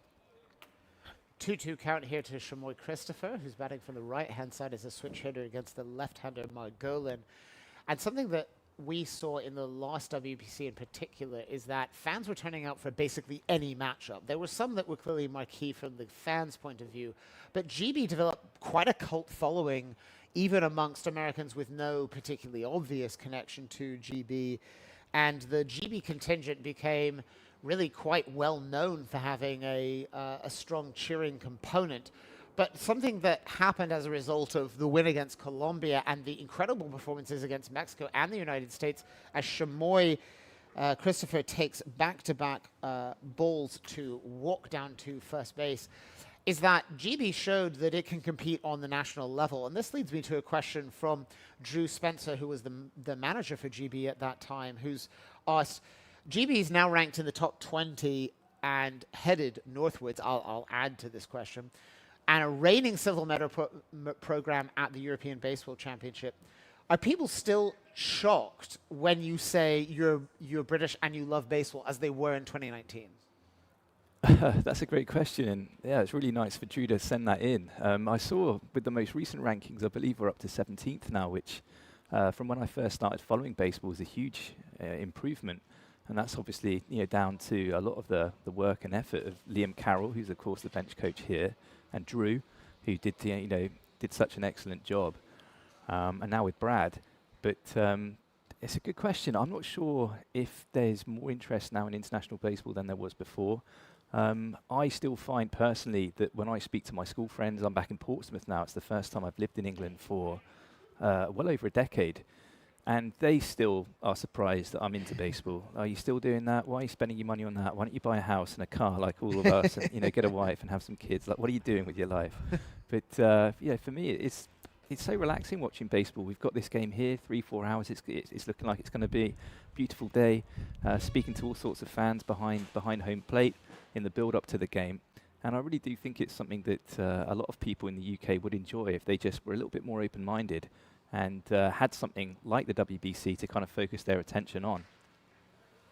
So a ball hit out to right field, tracked by Spinoza, who's just got incredible range in center field, wrapped up from Chris Bear. So nothing doing for GB in the top of the 5th inning. Just a reminder as we near the end of our time with Joey that we're taking questions with him. Tweet me at Extra Innings UK or Joey at Baseball Brit. And you've highlighted a great reason why I think people who really know nothing about baseball, as in the average sports fan in Britain, why a person might want to enjoy an afternoon at the baseball yard. Looking out here, we have the perfect day, I would say. It's turned into it, yeah, It's for low sure. 20s, a bit of autumn crisp is in the air, but it's bright and sunny. The trees are starting to turn. The grass is bright green. You got teams in smart uniforms. People chatting. I haven't actually talked about this yet, but there's a great concessions area here. I'll circle back to that later. Lots of different options. What a great way to spend an afternoon. So those of you who are listening who may not have watched a lot of baseball before, come out to a ballpark near you at some point. Circling back to Drew's question, and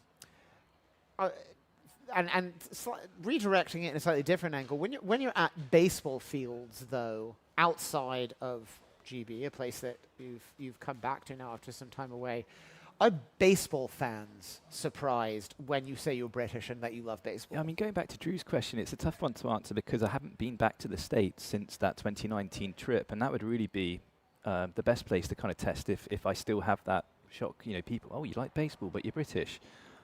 So that would be something I guess I can find out in March, but living in Korea, as I have done for so long, people always just assume that I'm American, and then when I do start speaking and the accent sounds a little bit different, they say, oh, wait, where are you from? Like, how have you got into this?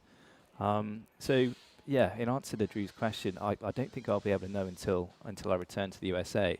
But certainly in the UK, I'd say the baseball community, I've been away from it for a few years now, but I had a few phone calls with people on Monday, and they said that certainly the National League is in a better place than it was a few years ago when I left kind of social media, and things are going slowly, but in the right direction still. And certainly with the international team, it's my first game I saw last night against the Netherlands here. Fantastic atmosphere. This is my second game today, and hopefully touch wood, sorry Israeli fans, but hopefully this will be my first victory I get to see for the GP team. What an incredible atmosphere from the game last night. That you've spent a significant amount of time watching KBO baseball, and that, if I recall correctly, was one of your main entrants. And although the size of the stadium, admittedly smaller, I think the atmosphere, if we put it down to, say, noise per person quotient, really pretty similar. About 3,000 people in the house, all cheering, all chanting, all singing, all clapping for the entirety of the game. It was very impressive, yeah. The infrastructure here has taken me by surprise a little bit, to be honest. The main ballpark in particular, where the Dutch are about to play. Let me check my time. Oh, they've probably already just started playing on the main field against France. Great views from every seat there. Really nice food options as well. And I'm looking forward to, once this game finishes here, to popping back over to that main ballpark and enjoying the Dutch atmosphere again. Long fly ball down the right field line from Löwengardt. Looked like it might either stay in or possibly prove problematic, but waved foul near the end by the first base umpire. So this is Løvengaard, Asaf Løvengaard, stepping in over a 2 strikeout and a ground ball thus far. And he strikes out after that foul ball. So 1 out here in the bottom of the 5th inning. Alex Webb just looking great on the mound for GB. A follow-up question sent by Drew at the same time. As you lead up to the WBC, are you looking forward to GB having more respect at this second tournament and to kind of clarify this to the viewers, or do you think that GB will be regarded once again as just total underdogs? I mean, it's with the American fans, it's not always easy to kind of, speak for all of them at once. I think certainly there'll be a lot of American fans that will, hopefully, not realise how strong a team we have. They can often be quite overconfident. And I used to, when I was back in 2019, I stayed with people from all sides of life in the USA, both sides of the political divide. And I certainly think there'll be some people that will not always appreciate how good we are. But I think as a team, as a whole, there's a lot more respect now for GB than there was before. Back in 2019, when I was there, I was kind of treated like a bit of a novelty act. People were just surprised to hear the accent and see an interest in baseball. Whereas now, I certainly don't think that would be the case in America, and that's because our national team has improved so much, and we've got this tournament now to focus on that more people are aware of after the success of the last one. It's worth noting also one of the main features of your Twitter, which are updates on the accounts of MLB team-specific supporters clubs that are UK-based. And I will add that as the 2-2 count to Pala goes low from Webb, two balls issued, cold strike, then a swinging strike, now ball 3 to Pala. This is true also of various ML teams which have supporters clubs in French language accounts, in Czech language accounts, in German language accounts, and a handful of others as well, all across Europe. Various Slavic language accounts. As this ball bounces, turns just foul right in front of first base, or Allen would have stepped on first for an easy out there from Pala. The growth in supporters of MLB as opposed to national teams in Britain has just dramatically exploded. And this is, of course, due to multiple factors. London Series we've talked about before. We've now had 3 London Series in the books. All 6 games across those 3 series, sellouts with average attendance of more than 50,000 people per game over 6 games as Pala walks. So that's one factor. Second factor, these amazing fan communities. Of course, MLB UK community is well a significant factor. And then, of course, the work of Bat Flips and Nerds, who have done a great job of connecting, in particular, English baseball fans, but fans from elsewhere, with baseball in a way that is accessible for those of us who are British to relate to without having to have much of a knowledge of baseball. And the difference between 2019, when you first started talking about and to these groups, to now is just dramatic, isn't it? Yeah, lots of those accounts have grown exponentially, really. Particularly, there's a UK Phillies account with over 22,000 followers now. Lots of these are quite personality-based, but as you mentioned, Bat Flips and Nerds, they've been there from the start, and they continue to have their website and their podcasts and their kind of impact on social media. Gab's here, for example, at the moment, covering this tournament. But there's lots of characters, like yourself, Gabriel, that it's just lovely to run into when you come and watch baseball. Andy's here as well, who I used to work with in South Korea. For those of you listening, he's the artist for Team GB. I've not seen many other artists here on the other team's rosters, so I think he's quite a unique character as well, and someone I know well, having spent 3 years working together and also a couple of years travelling on the road together to various independent games in the States and minor league ballparks. So there's certainly lots of areas where people can gain an interest or an insight into British fandom. But whilst I'm here, I'm really interested to find out from Europeans, more about the teams they support in MLB as well. and what their plans are for the World Baseball Classic, whether they're going to try and get over to their respective groups.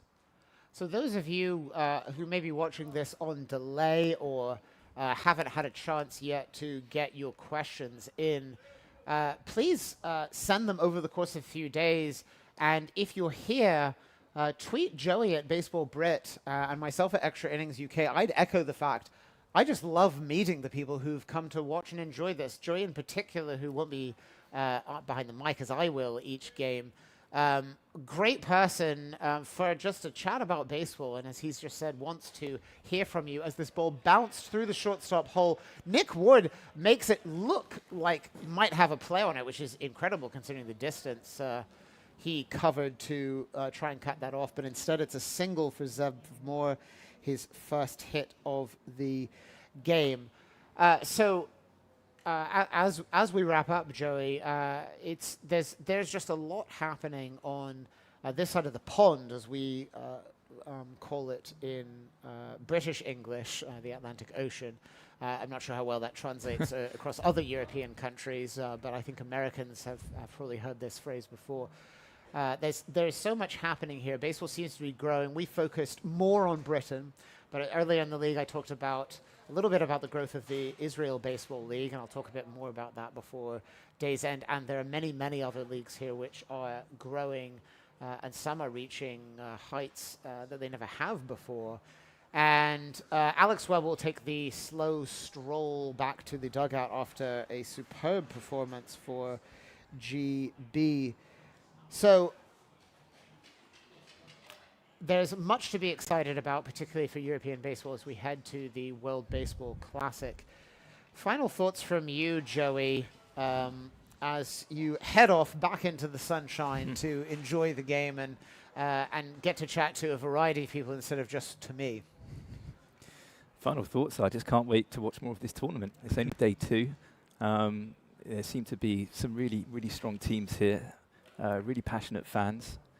Great food, and hopefully after this morning some great weather could potentially be with us, at least for this afternoon, Gabriel. So that's what I'm looking forward to now, and obviously GB hopefully going one better than last time.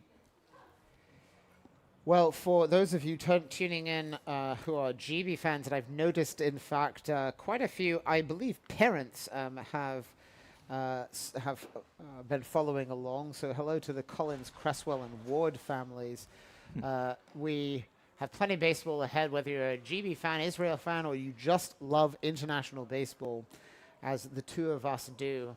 I agree with Joey's sentiments. It's just going to be a fantastic tournament. This is something to look forward to. And if you're unable to join us in person this year, put a block in your calendar for the 3rd week in September 2027. Dates have not been announced, nor has a host. But the Euros are one of the most enjoyable baseball tournaments, and it's a great way to combine a European holiday with some incredibly high-level baseball. In the meantime, we'll bid Joey farewell, and thank you for joining us. Oh, thank you for having me on, Gabriel, and thank you to the listeners for putting up with me for almost 2 innings. I appreciate it. We might very well see Joey back on the air later in the tournament, but in the meantime, I'll release him and tell you more about GB's new pitcher, Zach Cameron. So, Joey, thanks very much for joining us. Thank you, Gabriel, chap.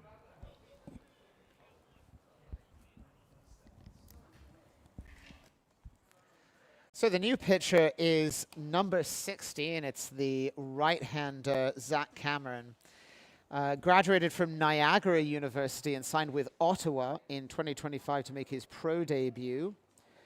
Through 43 2/3 innings in relief, 37 strikeouts, 23 walks. He's from Hamilton, Ontario. Zach Cameron now entering the game.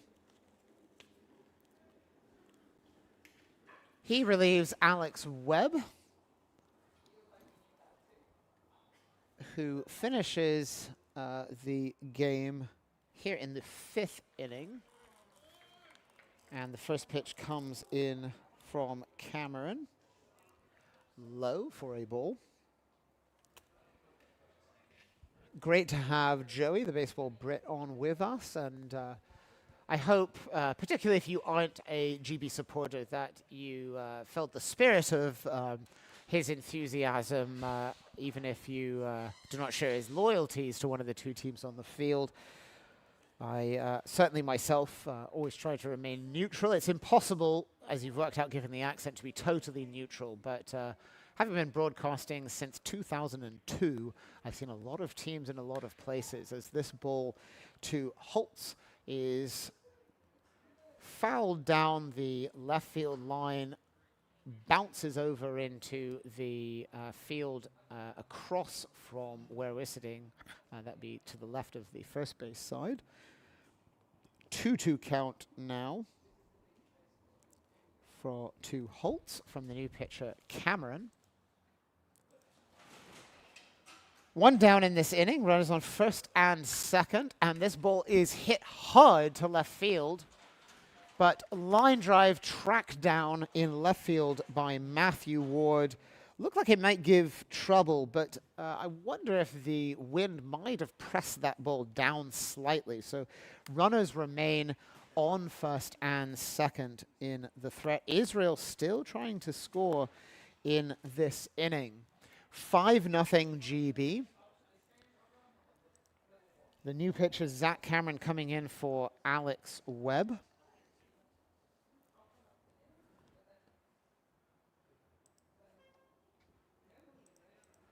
So Cameron, count now to Blake Dickman, who had a scary moment attempting to bunt. Ball came inside, not particularly off the plate, as this ball is bounced to third base. Nick Ward running in towards the dugout, doesn't even change trajectory to head into the dugout after firing that ball across his body to first base for the out. What a great job by Nick, who is such a plucky defender, to grab that ball and prevent Israel from getting another base runner and possibly even scoring its lead runner. So 5-0 shutout preserved. Let's close the book now on the starting pitcher, Webb. Alex Webb finishes the game now. He went 4 2/3 innings. Did not give up a hit, incredibly, till the third inning. And this is a pitcher that generally aims for soft contact rather than necessarily overpowering stuff, which is not to say he doesn't have a good arsenal, but more likely to get through an inning get through a game by going deep and keeping hitters off balance. So Webb finishes with 4 2/3 shutout innings. 4 1/3 shutout innings. He gives up 5 hits and 2 walks. He strikes out 6. So that's 4 1/3 innings. Now, not deep enough into the game to be in line for the win, but nonetheless a crucial start. GB will send up Matt Ward, Max Vera, and Nick Ward, the 9, 1, and 2 hitters for the lineup in the top of the 6th. We'll be back to tell you about it in just a moment.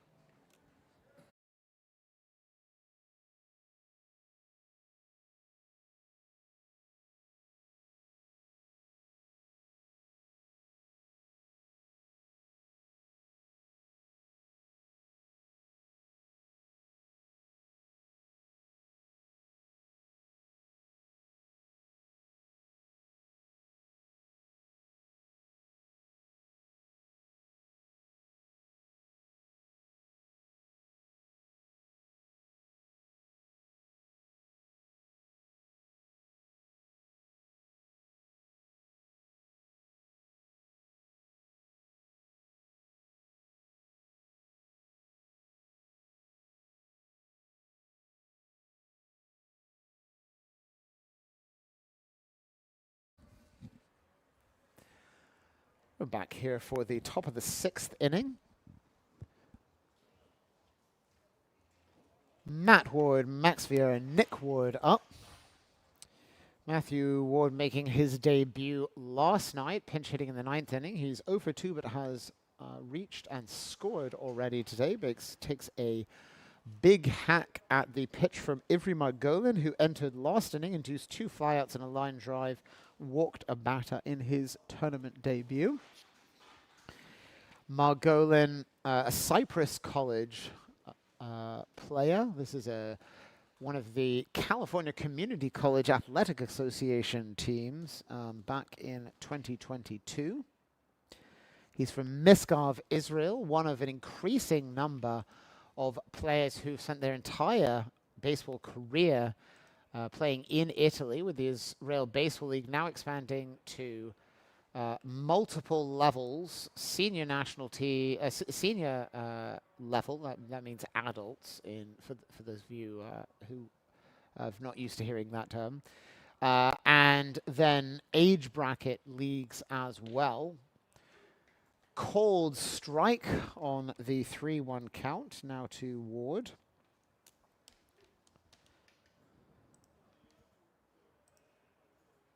So Margolin now 3-2 to Ward, the 9-hitter who takes the walk. So the leadoff runner is aboard for GB, which has had a base runner on in every single inning of the game, up 5-0 here in the sixth inning. Brings up Max Vieira, who last time drilled a double to left field and scored. He's also walked and struck out in the game. That's his first extra base hit while wearing the Lions uniform.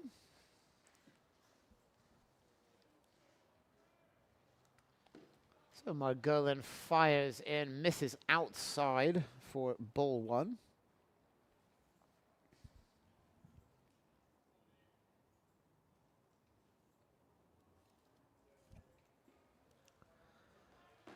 And Margolin fires over to first base. Nice pickoff throw, but Ward had not really advanced in particular. So I was saying that Margolin, the new pitcher, had played for Cypress College, as this ball is bounced to third base, and Löwengaard, who's just been fantastic at third base, fires to first for the out. Ward advancing to second, though.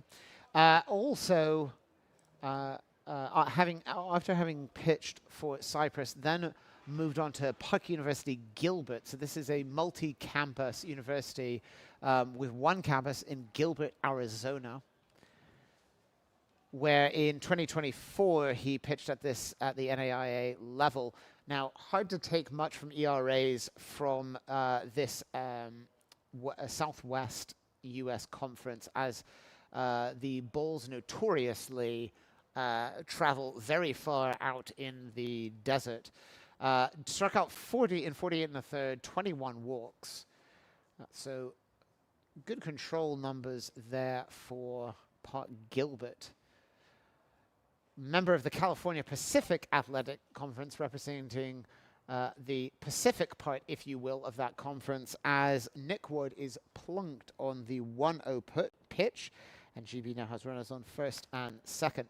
Park Gilbert, though, in Arizona, so neither California nor Pacific, but as those of you who follow U.S. collegiate sports know, there's no particular relationship between the name of a conference and any one member of the conference.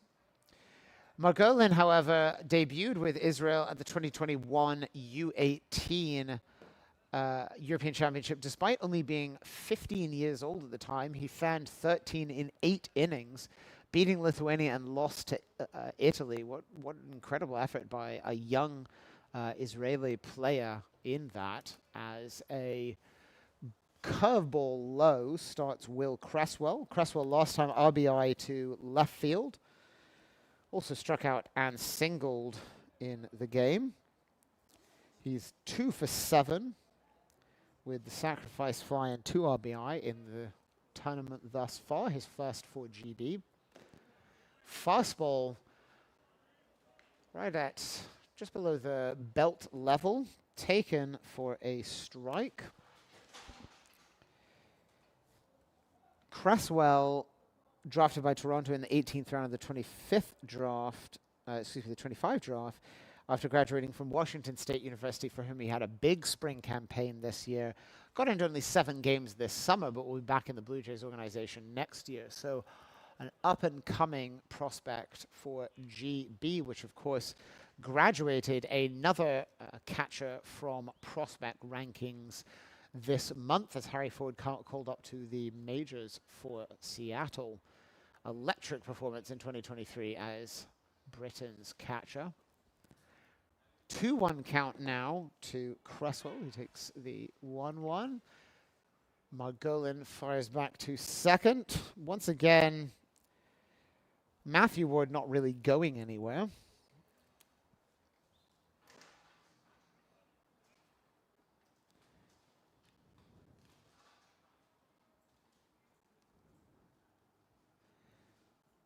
In 2023, Margolin was part of the silver medal winning Israel team. Had a 2.45 ERA in that tournament. 2-1 pitch from him, though, is low, and he has runners on first and second. Only one down here in the sixth inning. GB threatening again, as it has done every single inning thus far on day 2 from Rotterdam. Margolin bluffs and turns towards second. Wood had hardly left second base, though. Fair to say the 22-year-old Margolin probably feeling the pressure here, which is not to say he's not up to the challenge. 3-1 pitch, though, is fired quite low, bounces into the catcher's mitt, and he has now walked the bases loaded. Walk hit by pitch and another free pass. The veteran Agresti behind the plate takes the slow trot out to hand Margolin the ball. Very little time to think given as our home plate umpire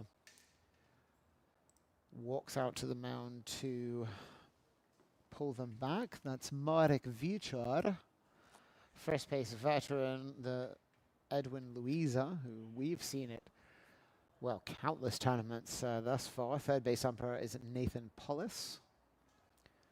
Our scorers are Stefan Slinger and Jeanette van Drunen, as we have a full mound visit now. It would appear that, I believe that is Nate Fish, and it is indeed him coming to take the ball, that the initial walk to the mound was to allow a little bit more time, a couple more pitches for our new pitcher entering. Tell you about him in just a moment once we can see a jersey number. So that is all for Margolin. He lasts 8 batters, so almost 1 full turn through the lineup. 1 1/3 innings, walks 3 and hits a batter. Did not give up a hit, though. However, as has been a problem throughout today, after not at all being a problem yesterday, Israel's pitchers really struggling to throw strikes. New pitcher is 28, Aaron Meshulam. Meshulam, the 4th pitcher today for Nate Fish, as Israel's manager attempts to keep things close. Played for the Cleburne Railroaders in 2025 after being traded by the Milwaukee Milkmen of the American Association. 47 strikeouts in 44 1/3, but walked 31, had a 6.70 ERA. Graduate of Michigan State University, a name well known amongst U.S. sporting fans. So as the big right-hander Aaron Meshulam warms up to enter for the 2nd time in 2 days. Tell you a little bit more about him. 6'7", 215 right-hander, only 24 years old. Was teammates with longtime GB national team program member Richard Brereton at Emory University before transferring to Michigan State for his senior season. 4 years at Emory, of course, with one of those being wiped out due to the pandemic, and then another year at Michigan State where he had a great year, 50 strikeouts and 50 1/3 as a swingman, 4.65 ERA. had his best control numbers of his career there.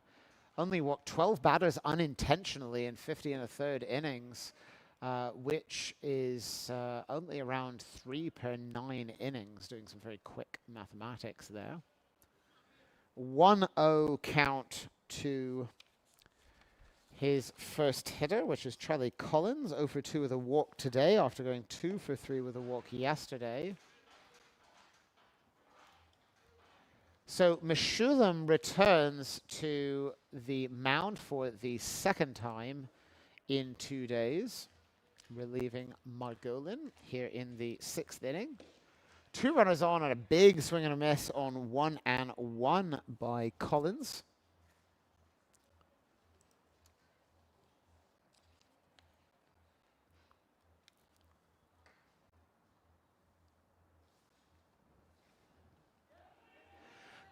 Wild pitch thrown, goes all the way to the backstop, and before Agresti has could wrangle it, I should say, Matthew Ward has skittered home from third, scoring on the wild pitch.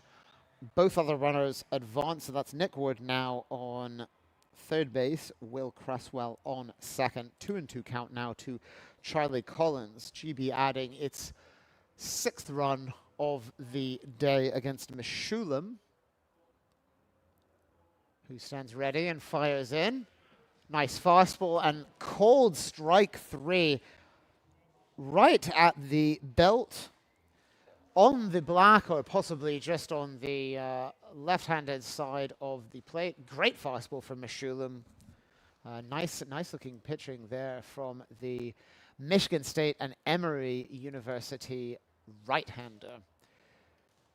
In addition to his time with those two storied University baseball programs, as this ball bounced to Zev Moore at second, fields it quite well, tearing as he is tearing towards second base and firing towards first, but thrower nowhere near on the mark, and that will mean 2 bases for Quinn Allen, as that first pitch results in the 2-base error, and 2 more runs coming in. So GB breaking this one wide open on the throwing error by Moore. So 3 runs in the inning now for GB, which takes an 8-0 lead. Julian Sanders now stepping in, has been absolutely on fire for the Lions this tournament. 3 for 4 yesterday, 2 for 3 today. Line drive singles all over the yard as he looks out at Margolin, who sets and fires in. Fastball inside for ball 1. So Margolin, in addition to his time with Emory and Michigan State, played for Spartanburg, South Carolina, now home to the Spartanburgers of Single A League there.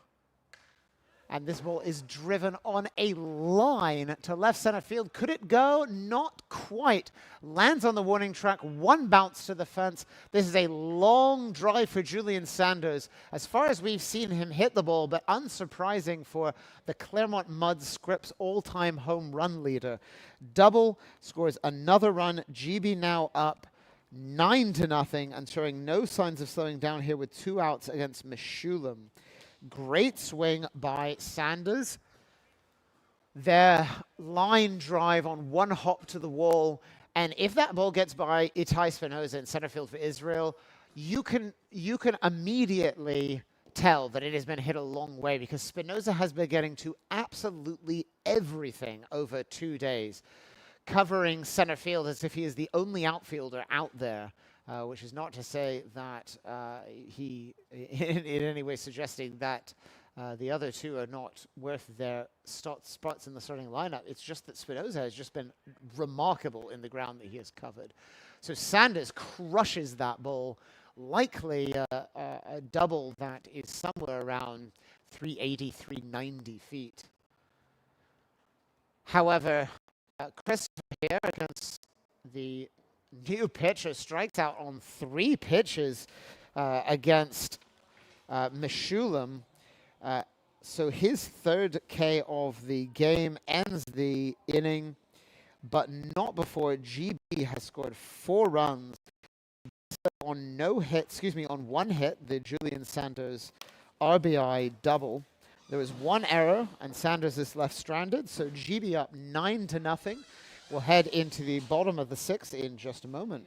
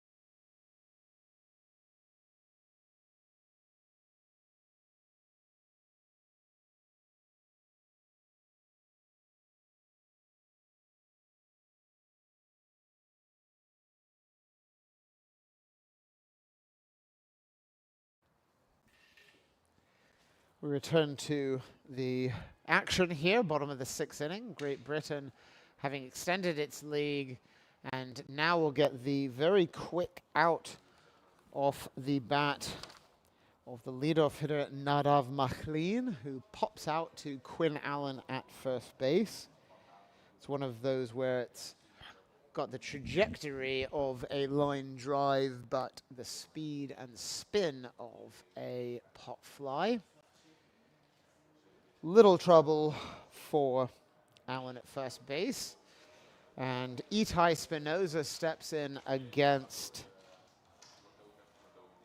Cameron, who returns for his 2nd inning of work, having come in and gotten 2 quick outs in support of Alex Webb, who, if GB could put up 1 more run and hold Israel to none in the bottom half of the 7th, would in fact have the win, as the majority of the game needs to be pitched by the starting pitcher to earn the victory in 7 innings on the mercy rule, which is under operation here at the European Baseball Championship, would indeed do that. So on the 0-2 pitch to Spinoza, ball in the dirt from Cameron. Cameron, the Niagara University graduate, playing with Ottawa Titans in the Frontier League. Gives up a line drive single over the head of Vieira at second base to the right center field for his 2nd hit of the day. Israel with 1 on now against Cameron, and returning to the top of the lineup with Chase Engelhard, who just continues to reach base at-bat after at-bat after at-bat. 8 at-bats in this tournament. He has reached base 7 times. He'll do it in any way he can. Yesterday, 2 singles, a walk and an error. Today, a walk, an error, and a single. And he hits a line drive to dead center field, and on 1 bounce, Collins picks it up. Really very little chance that he could have got that, but made it look much closer than it would be. So first pitch swinging is Engelhardt, and all of a sudden Israel have something going for the 2nd inning in a row, actually 3rd inning in a row, with only 1 down. against Cameron. We can't see the GB bullpen here, but with a 9-run lead, Cameron will be given a chance to pitch out of this one until potential innings, pitch limits might become a consideration. And a ball hit hard, this time through the shortstop hole, with Chris Bear playing at double play depth, gets through, but very quick throw in from Matthew Ward in left field ensures that Israel does not score a run. This is, of course, exactly what happened in the 4th inning when Alex Webb gave up 3 singles, and great plays by the outfield ensured that Israel could not score. Could that happen once more? In the meantime, Israel getting a right-hander warming in the bullpen. That is number 21, Aviv Bobrov. We'll see if he enters the game in the next half of the inning in relief of Meshulam, who looked a little bit shaky, but finished the inning with a strikeout. And now we'll see whether Israel can break through after putting up 2 crooked numbers yesterday, 3 and 5 runs in the respectively 4th and 3rd innings yesterday to defeat France. Now suddenly needs to find itself even more to defeat a strong GB team. And that's a ball lifted by Asaf Löwengardt to left field, but a fantastic job by Matthew Ward running back, making the catch with his back against the field, pull that in for the sacrifice fly by Löwengardt, who contributes the RBI to Israel's cause and breaks up the shutout for GB, scoring Itai Spinoza from 3rd base. The other 2 runners, which are Engelhardt at 2nd base and Agresti at 1st base, do not advance. So 2 outs now, runners on 1st and 2nd, to bring up Rob Pallor. Now what we've seen is that Pallor can completely change a game. Doesn't have the opportunity to send Israel from a big deficit to the lead with his at-bat here, but yesterday's Grand Slam showed that he can make a massive impact on a game in a single swing.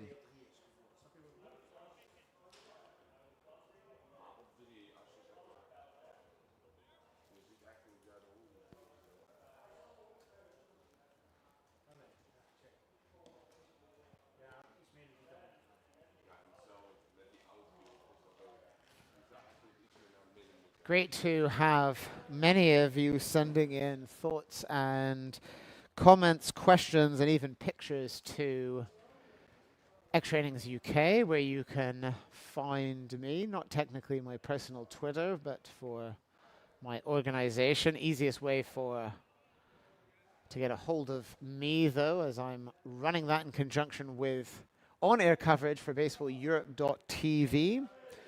and also for MrBaseball.com. Those of you who work in international baseball or have had experience with it know that when one is involved on this side of the Atlantic, there's a very good likelihood one wears multiple hats. Though, as I was telling viewers last night during the Netherlands GB game, wasn't quite like the game I broadcast from Edinburgh a couple weeks ago, where in a game between the Scottish Single A All-Stars and the County Durham Spartans, I was official broadcaster, official scorekeeper, and photographer during the game, in which we had a steady drizzle, which is unexpected hardly in Scotland, but makes it very difficult to do any one of those 3 things. We have ball 4 now to Pallor, who works the 3-1 count to load the bases once again.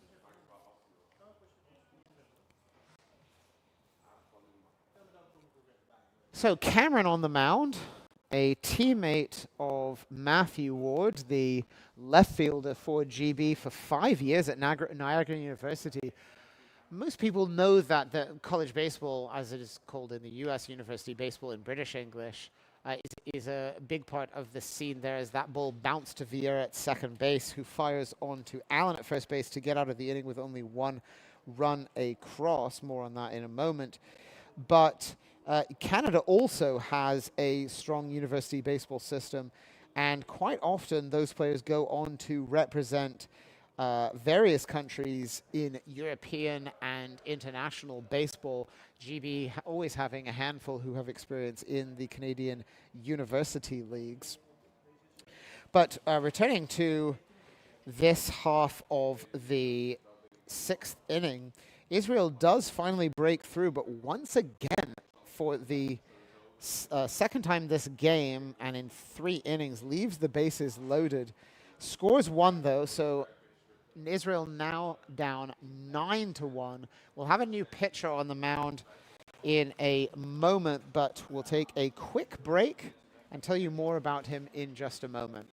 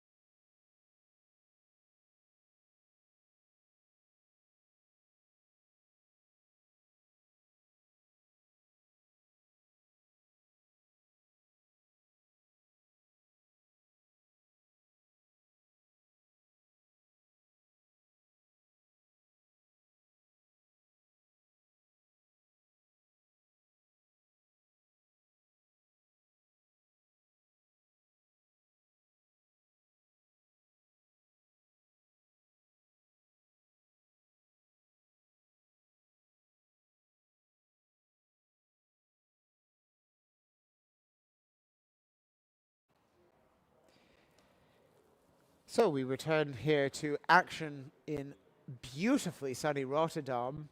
A real surprise given the weather the past few days. For the final 3 innings of Great Britain-Israel. Great Britain holding on to a significant lead, 9-1 now, but Israel getting on the board, and it turns things over to yet another pitcher. Nate Fish, the manager of Israel, not afraid to work his bullpen frequently and have his pitchers throw only a handful of batters or less. The new pitcher is Aviv Bobrov, a slender right-hander who starts each AB, as well, I should say, starts each pitch as that is a breaking ball missing just down low for ball 2. Leaning in towards home plate like Craig Kimbrell used to do for the Braves and Red Sox, and then standing upright and then firing in.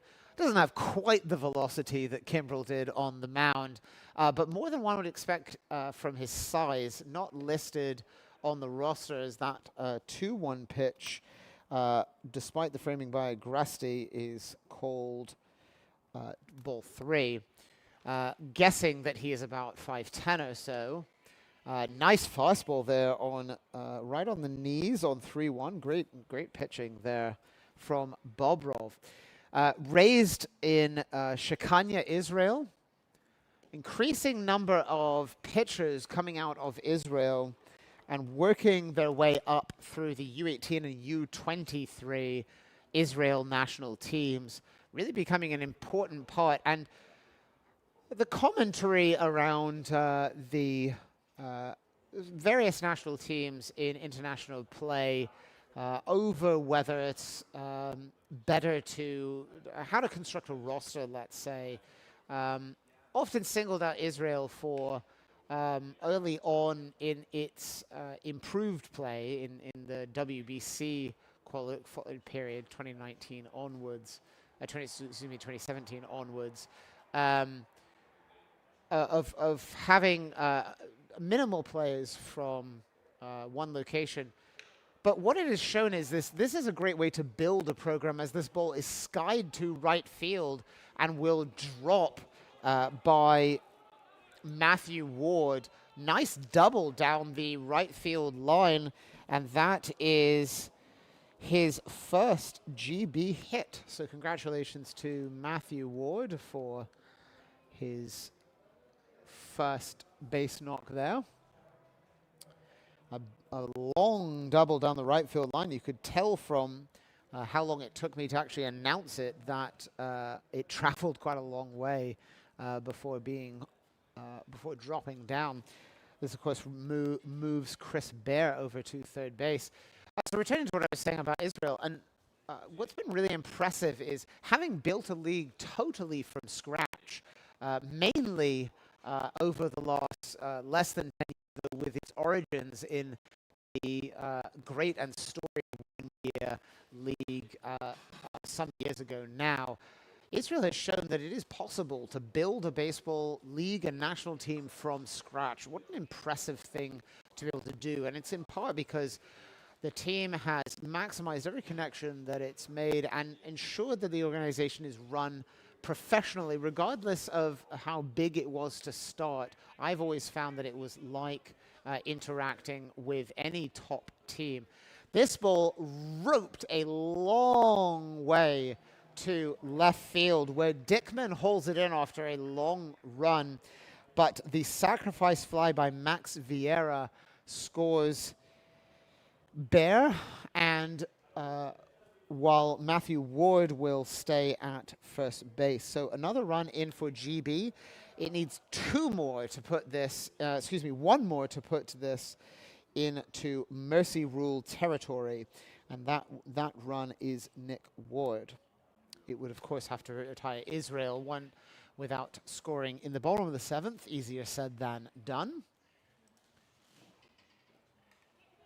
Breaking pitch from Bobrov is low and outside, not wrapped up by the catcher Agresti. No way he really could. And so Matthew Ward trots down to third base.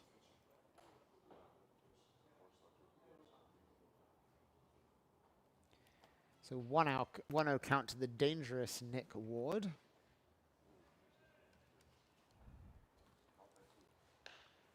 Who lines a ball immediately at the first baseman, who tags first base and then fires home, and suddenly, I apologize, no, it looks like there is a safe call at first base. I'm not sure if I simply mistook what happened, as there is a pole that is immediately to the right of first base, so partially obscuring the umpire, or whether or not I saw actually the GB first base's coach go up and mistook the navy blue for the black of Edwin Luiz's windbreaker. Either way, Nick Ward ruled safe at first base with a fielder's choice, while Matthew Ward, scampering home on what looked like a ball that might go through, is instead out at home plate on the 3-2 putout. Ball skied by Will Cresswell to right field, and it is out. So F9 on the 1-0 pitch to GB's third hitter ends that threat. But GB gets one more run. 10-1 GB over Israel. We head to the bottom of the seventh, and we'll return here in Rotterdam in just a moment.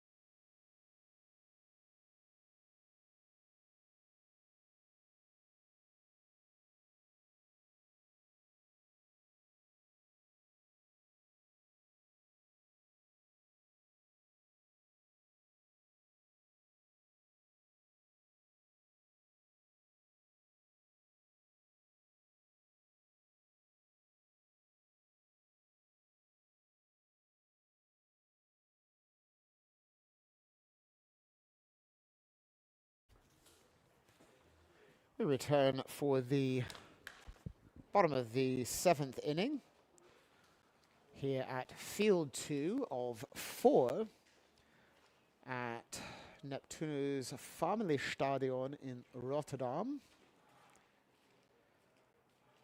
Beautiful, beautiful complex for honkbal, as it is known here in the Netherlands. I think this is fairly well known amongst international fans by this point. GB scores another one in the top of the 7th, but cannot quite put this in mercy rule territory, and against a dangerous Israel offense could see things change in a hurry. Brett Holt steps in, Hudson Valley Lumberjacks player. This is a collegiate summer league team, but of course used to be the Hudson Valley Renegades, at one point the Tampa Bay Devil Rays, as they were in fact once known. Short season affiliate back when short season baseball existed, before MLB reorganized the landscape a few years ago. Now part of a booming collegiate circuit. Foul ball on 1-2 to Brett Holtz. Cameron fools him on a beautiful changeup. What a fantastic pitch on 1-2 to get Holtz. 2 full innings now for Cameron. He's given up 3 hits, a walk, and a strikeout. There, I believe, is action in the GB pen, which makes sense simply given pitch limits and the considerations of the various tiers of those to keep one's options open. On the main field here in Rotterdam, we have another game in this pool taking place. This is, of course, Netherlands-France, and it is looking like another well-played game in the main stadium, as the 0-1 pitch misses to Aviad Schechter, who came in as a defensive placement for Blake Dickman last half inning. And it was, in fact, he who caught Max Vieira's fly ball that was in left center field. I did think it was rather a long run for Dickman, who is a catcher. And Schechter, on the other hand, a regular outfielder with good speed. So here fouls off the 1-2 pitch from Cameron on the mound. Zach Cameron and Matthew Ward, teammates for Niagara University for 5 years, and now for the first time ever, both on the field for the same time, wearing GB's uniform. Netherlands and France, 1-0 Netherlands. France has its longtime ace Owen Ozanic on the mound. Top of the 4th inning, Netherlands has 2 on, threatening to add to its early lead. And a bouncing ball, perfectly played by Vieira, who is shaded quite a long way to his left against Schechter, and gathers that in. Easy play at first base on a ball that, without the excellent work by the coaching staff for GB, would have been a single through the right-hand side. Action also at the other 2 locations for the European Baseball Championship. Italy has a 3-0 lead in the 2nd inning over Lithuania. Mattia Aldegheri, brother of the Angels' Samuel Aldegheri, on the mound. And quite an exciting one happening down in Borgerhout.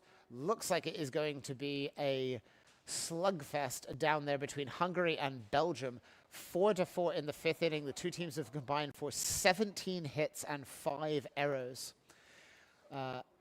Temesvári Vincent, as he would be referred to in Hungarian, has a 2-run shot for the Hungarians. And Alexander Og on the mound for them.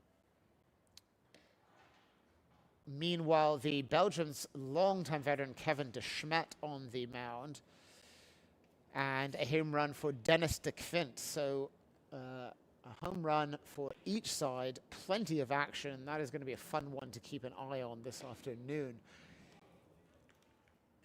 3 consecutive balls followed by a called strike to Nadav Machlin, who has just a superb batting eye at the plate. Machlin made his national team debut at the 2023 European Championships, bounces this ball to Quinn Allen, who is playing right on the first base line. He wraps it up, and that is a 1-2-3, bottom of the 7th. So with GB needing 1 run to force this into mercy rule territory, we head to the top of the 8th, and we'll be back in just a moment.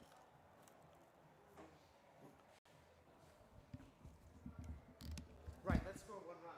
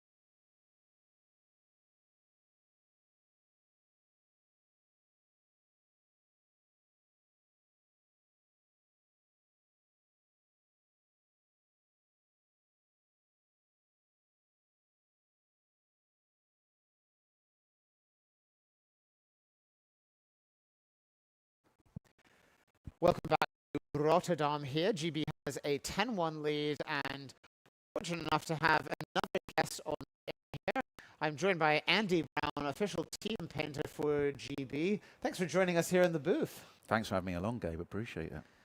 Well, as an official member of the Team GB delegation, and indeed the only painter on the roster of any of the teams here, I don't expect you to be objective. So whilst I'm aware that we have fans tuning in support of many teams, as this ball is hit by Charlie Collins, first pitch swinging F7 off of Bobrov. You must be pretty happy with how things are going thus far. I'm enjoying it more today. Yes. It's wonderful. The weather's behaving. We've got some nice blue skies to put in the painting. And, well, it's 10-1, isn't it? So I'll take that. Yeah, it's hard to argue with really just an all-around team performance. Fantastic. Fantastic. Pitching, the bats, they're coming out good. They are. They are. And last. it seems like it's going to be a fairly consistent offensive team up and down the lineup. But of course, we're not here just to talk about an overview of how the game has gone, as Paul Stoddart pops into the box to briefly join us for a moment. Foul ball followed by a ball to Quinn Allen. As viewers who have not attended a tournament or may not have followed GB, may not be aware, as this ball fouled off on a check swing, looked like it somehow hit the knob off of Quinn Allen's bat. It is in fact 2-1. I've somehow missed a pitch there, so makes it 2-2. So Andy, tell us a little bit about how you came to join the GB team in your role as team painter. Well, I've painted baseball around the world. I've done it for just over 10 years now. And I've painted all 30 MLB stadiums. And leading on from that, I was speaking to Drew Spencer, the former manager of GB. Hang on. And this ball is driven really, really far deep by Quinn Allen. As Andy paused here beside me, we were just waiting to see what would happen. That ball just continues to carry, and Quinn Allen hits an absolute bomb down the right field line. That is GB's 11 run, meaning we are officially in game-ending territory, but still plenty to go before that could happen. Allen just launching a ball. I don't know about you, but I looked at that and I didn't think immediate home run, and it No. just carried and carried and carried. It's a bit windy, isn't it? So I think maybe it got caught up there. So we'll take it. 11-1. So that brings up Julian Sanders, who had a double last time. Back-to-back 3 for 4 days for him. My goodness, what a start. He is the hottest offensive player in terms of total hits in this tournament for any of the 16 teams. So carry on I with... was talking to Drew Spencer, the former manager of Great Britain, and it was the European Championships 2021, and he invited me along to work with the team and capture the team in all their glory, batting practices, training sessions, the team meetings, and of course the games. So I've been following the team around the world for a few years now, documenting the story of Great Britain baseball and the incredible rise that we're on. 2-1 pitch is fouled off. You came to baseball a bit later in life, though, didn't you? Correct, very late in life, yeah. I moved to South Korea when I was 29 and started watching it there because there was no cricket and the football, there wasn't so much football. So started watching baseball and fell in love with it and wanted to document the culture of it and the differences between different nations, countries, how we celebrate games from Cuba to Korea to Nicaragua and so on. And as Andy has indicated, there's more than one way to travel the world with baseball, as Julian Sanders bloops Another one. yet another hit. Another one. He's just been It's relentless, hasn't he? Unbelievable. 4 hits today, 3 hits yesterday. This one a bloop up the middle after crushing a ball his last time. He is just seeing the ball incredibly well. More than one way, though, to tour the world given a love of baseball. We talked to Joey Mellows, the baseball Brit, who Andy and I have also known for a long time. And what unites fans of international baseball and indeed painters, journalists, players, coaches, and the like is just a enjoyment of the many different cultures that baseball takes into account, and the fact that baseball speaks an international language. You don't actually have to be able to speak the same words as someone else, but there's something about a baseball stadium which just brings people together. 100%, absolutely that. So having had baseball fill in as a bat and ball sport for you, you've really taken to it with aplomb. And tell us more about speaking with Drew to come on board with the GB team, because the way you've made it sound was like this was more or less a natural trajectory. But of course, you started painting. Yeah. You had been painting before, then started painting baseball, Yeah. then became a GB fan. And this process kind of developed over time. Yeah, it developed over time. It was a natural progression, I think. I was painting baseball when I was out in Korea, just as a way to understand the culture and the people that I was living amongst, and a new sport. And that took me to Japan, and I was painting the stadiums. But once I'd painted all the stadiums in Japan during a game live, I decided I'd have to paint the outside of the stadium. So then it was go around Japan and start painting the exterior of all the stadiums. So it kind of went from stadiums, the games, the outside of the stadiums, then to portraits and so on of the players. And it's all kind of just built up and developed more and more and more, where all the different aspects of the game are being covered in my work, from rain delays and the umpires to the bat boys, to the young kids in Mexico collecting foul balls off the roof, or in the Dominican, same sort of thing.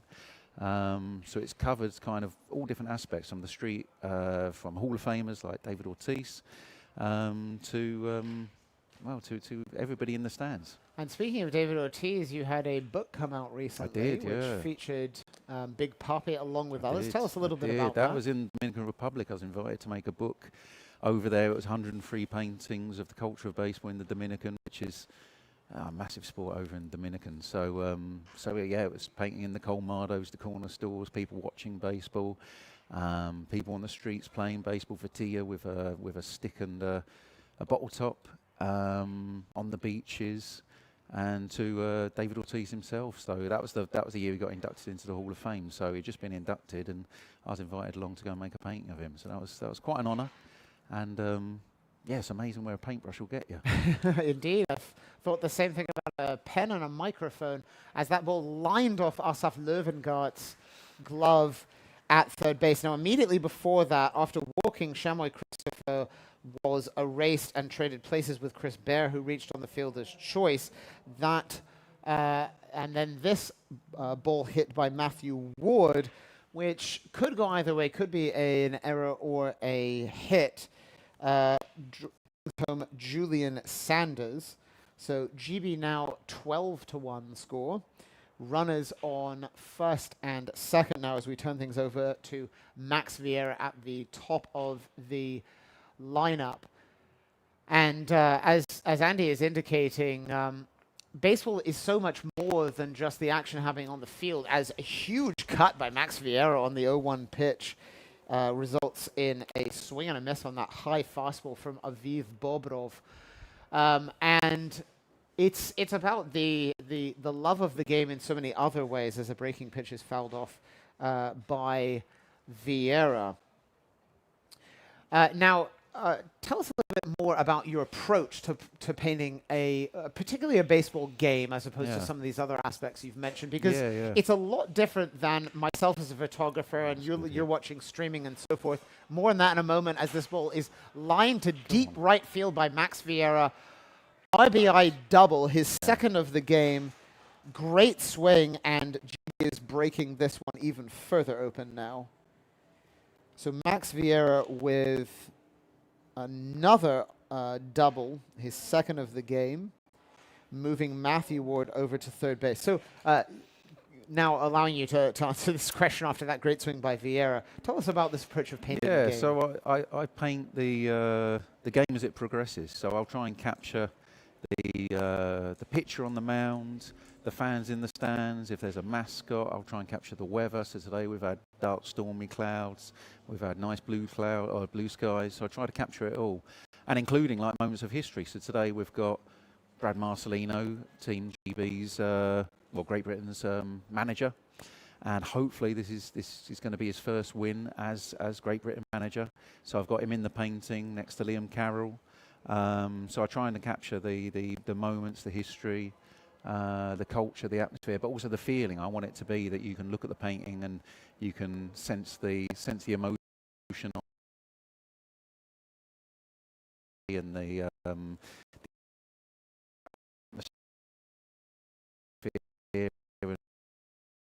senses are sprung to life in the brush marks.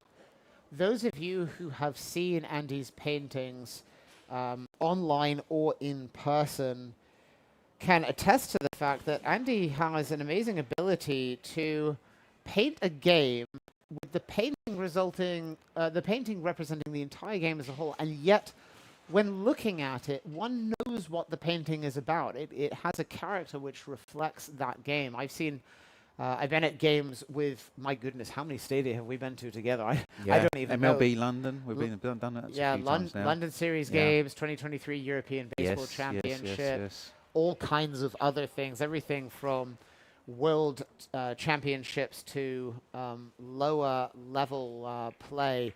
And this is a thing that I continue to hear people remark, is that they look at it and they get a sense of what it's like. And they all vary a bit depending on the colours. The way I mix my colours will vary on the different countries and the area. Again, it should, because here we are and it's a kind of autumnal day, so make sure you capture the colours, get the leaves changing. Now I've got these long shadows coming up as the sun starts to come down a bit with the shorter in length. So I try to capture all of that, so it gives you they're all slightly special, slightly unique, but they're all part of I guess some sort of large project, but we'll see what you can do. Exactly, it really is. Now, these paintings are not simply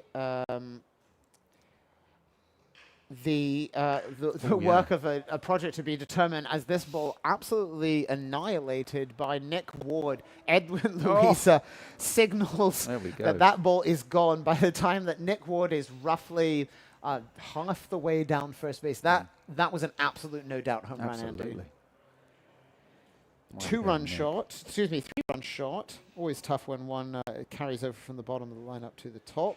Yet another home run to right field, and we have seen balls flying out on the right-hand side, whereas left side, much harder to get a ball out on. Do you always keep score like this, Gabe? I do, yes. Very clever. I wish the fans at home could see the artwork you're producing on this grid while you're speaking and keeping a track of what's going on.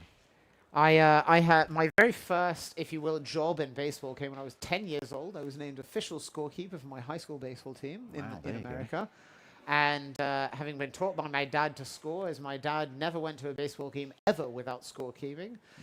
In the very early days of Microsoft Office, using Microsoft Excel 95, Dad came up with a Excel spreadsheet which he could print off, which I could use to score, meaning I never had to buy score books. I just had to print one off on home. He'd stock card stock, print 2 copies, and we would just score the game together. Beautiful. And I have never not scored a game. Have you still got the original ones? I do. I have every Lovely. scorecard of every game, and I don't even know how many. That was going to be my question. Yeah, that was going to be my next question. I couldn't tell you how many games I've been to Wonderful. at baseball. I've certainly broadcast several hundred games, which, given the paucity of games streamed in Britain, is a higher number than it might sound to those of you in America. As Will Cresswell is up now with the bases loaded. Just to recap briefly this inning thus far, GB 6 runs in, home run by Quinn Allen, 3-run shot by Nick Ward, and this game is rapidly moving to its conclusion as Will Cresswell strikes out. Now, returning back just to conclude Andy's thought, Andy suggested that maybe there's a big project, maybe there isn't, but of course, if you would like to own your own painting from one of Andy Brown's games, there's only one painting per game. Correct. Andy does not sell copies of these, so you're getting a unique one. Head to andybrownstadiums.com to look through the selection and or find him today here at... Andy Brown is an artist on Instagram. Yes, indeed. And Andy B is an artist on Twitter or X. Yes. So if anyone has any questions before we let Andy go, you know what? I've just briefly- remembered one last thing I've got to put in the paint is the score. I've got the scoreboard set up, but it's just a matter of, okay, what's the final score going to be? So we're going to get that in Indeed. when we're there. Yeah, my goodness, what a difference this game has been weather-wise and painting-wise from the Yes, beginning it's, to the end. it's You were quite the change. Quite the huddling change for of scene. shelter. I will. I'll conclude.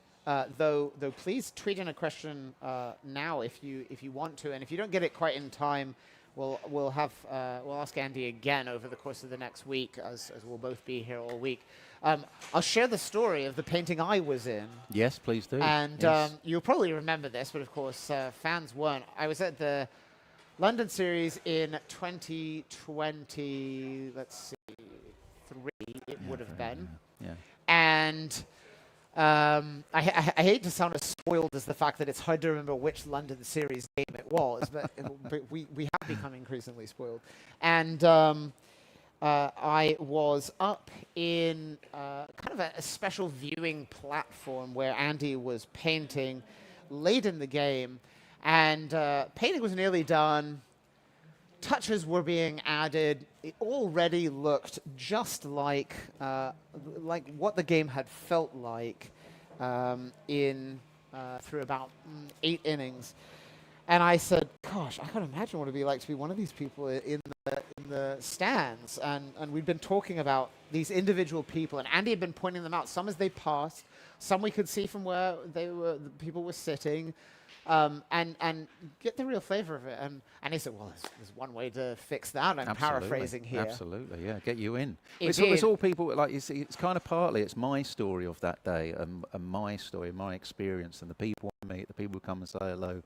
But it's also like everybody else's experience as well. So it's kind of like, of course, it's my view of the world and how I've seen the game, but also hopefully it includes all the characters and all the faces, such as yourself, Gabriel. Indeed, that was special enough. But Special face, absolutely. to add even more to that, as the 0-0 pitch to Itai Spinoza from GB's new pitcher is a nice fastball right at the knees. This is Chris Messer, University of Utah product, who then moved on for multiple very, very strong seasons with the London Mets, as that pitch must have just missed outside to Spinoza here in the bottom of the 8th inning. Good to see another London Mets product here in the game. Drew Spencer, of course, also London Mets manager before moving on to GB. Chris Messer similarly moving over. So I was already feeling incredibly chuffed to be in this, to say nothing of the fact that Andy and I both hail from the east of England, something that we discovered almost by accident, having never thought to ask it. But after all that, legendary GB football player, or soccer player to those of you tuning in from the US, Sean Wright Phillips happened to stroll up a few minutes later. That's right, yeah. And said, wow, I can't imagine being in this painting. So I got to say to Sean Wright Phillips, who of course had absolutely no idea of any of any journalist, baseball journalist with a British accent, who I might be, as the ball four goes to Spinoza. He says, I get to say to him, oh yeah, that's me right there, can't you see? And SWP, as fans would have frequently used to call his name when Andy and I were younger, then looked to me and said, oh wow, that's so cool, I can't believe you're in the painting. And of course, Andy and I are thinking, oh well, it's so cool, I can't believe Sean Wright Phillips stopped by to say hello. It was very cool, very cool. Those little special moments which... you know, yeah, you can't design them. They just happen or they don't. And that's part of it all, isn't it? It's part of life. This is something that I hope that I'll be able to convey to those of you who aren't able to attend this tournament in person, is just baseball is a sport that allows you to do a lot more than have to concentrate on the field. There's so much to watch. Yeah, 100%. But it's a game about people and connections. 100%. The love of the game across multiple fan bases. This is a tournament of nations here, and yet we see fans sitting mixed together, all kinds of club and national team jerseys and caps and things from all over the world, not just Europe, not just MLB, but all kinds of things. It was very cool yesterday. The first pitch with the blind baseball. I thought that was absolutely superb. It was absolutely fascinating to see that firsthand. I've never seen any, and that really was quite something. I'm glad you mentioned that. I thought this was just a dynamic way to start the Netherlands GB game, which was such an exciting game with such great crowd presence. Was a demonstration of blind baseball, which is very, very quickly taking off at an incredible level in Europe, and GB recently champions in that regard, but the Netherlands and Italy in particular, two places where that has started. So I've been talking just purely in the terms of senior men's baseball, but of course we have blind baseball, we have women's baseball, we have youth baseball. There's so many different formats. It is a sport that welcomes everyone. Everyone can take part and everyone can play or watch. I was actually out with the GB women's team this summer in the Czech Republic, in which we won gold, I should point out. So that was absolutely fantastic to be there and record. 3 gold medals for GB this summer. Yeah, incredible been year. A fantastic year. Hopefully more to come. So 3-2 count now to Chase Engelhardt, who's reached base every single time, but a swing and a miss against Messer. Engelhardt almost can't believe that he swung and missed that, and therefore got out. So accustomed is he to reaching. So we'll let Andy finish off of his painting for today with GB1 up 16-1, 1 out here.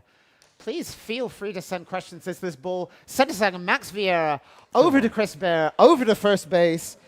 Quinn Allen wraps it up, double play, 4-6-3. You'll have that chance to finish that up even more quickly, and you'll get I'll leave you with a chance to say goodbye as GB wraps up a 16-1 victory. What a day, Andy. Fantastic. That's going to be that's really a great bit of momentum going into the rest of the tournament, I reckon. So, yeah, great stuff. Thanks for having me on. Appreciate it, and thanks to everybody listening. Well, thank you, and great to have Andy here. Catch him while you're here. Check out AndyBrownStadiums.com. Send him messages or tweets to Andy B is an artist on Twitter and Instagram. We'll likely have him on again at some point in the future, but you'll definitely hear me talking about his work. Thank you for those of you joining us. Now let's wrap up the game before we bid farewell. And GB, of course, the dominant victors here. The team improves to 1-1. Israel drops to 1-1. So with Netherlands at 1-0 and an early lead against France, this bracket, the Pool B, is wide open now for its teams to earn buys to the quarterfinals or to have to play into the quarterfinals. A Netherlands win today would all but cement its status as one of those teams, with GB getting on the board here crucial in doing so. GB collects a total of 11 hits for its 16 runs. Also draws 10 walks against Israel's pitching staff. Multiple great offensive performances for a GB team which had 2 home runs leave the yard, both in the 8th inning. But also an incredibly well-pitched game. So let's break this down for you. First of all, Alex Webb does earn the win, despite going 4 1/3 innings. As the game ends after 7, he strikes out 6, walks 5, and gives up only 2 walks. Just a really superb performance for him. Zach Cameron comes on for 2 2/3 crucial innings. Chris Messer finishes off with a scoreless 8th inning. 3 up, 3 down, though there was a walk there and a strikeout. GB strikes out 8 walks, gives up 8 hits, and just the 1 run it was earned. Israel uses 6 pitchers. Wolf lost 1 1/3 innings to start. No other pitcher pitched more than 2 innings, gave up 11 hits, 16 runs, only 11 of those earned, 10 walks, 9 strikeouts. For Israel on offense, Chase Engelhardt had 2 hits and 3 ABs, as did Itai Spinoza. In addition to that, both of those players walked, so reaching base 3 times in the game. No other player had more than 1 hit, while Rob Palla walked twice. For GB, on the other hand, what a incredible offensive performance. We had 4 hits and 5 ABs for Julian Sanders, a 2 for 4 performance in his debut as a starter for Matthew Ward, including his first ever hit in the as a GB player. Willis Creswell, 1 for 4. Nick Ward, 1 for 4, but with 4 RBI. And Max Vieira, 2 for 4, 2 doubles, and a walk. So all finished for these 2 teams from today, but of course they have 1 more game apiece in pool play. GB will take on France tomorrow at noon in Rotterdam. I will be on the call for that. So that's France GB at noon. Then in the final game of pool play, Israel Netherlands, 6:30 p.m. first pitch from Rotterdam.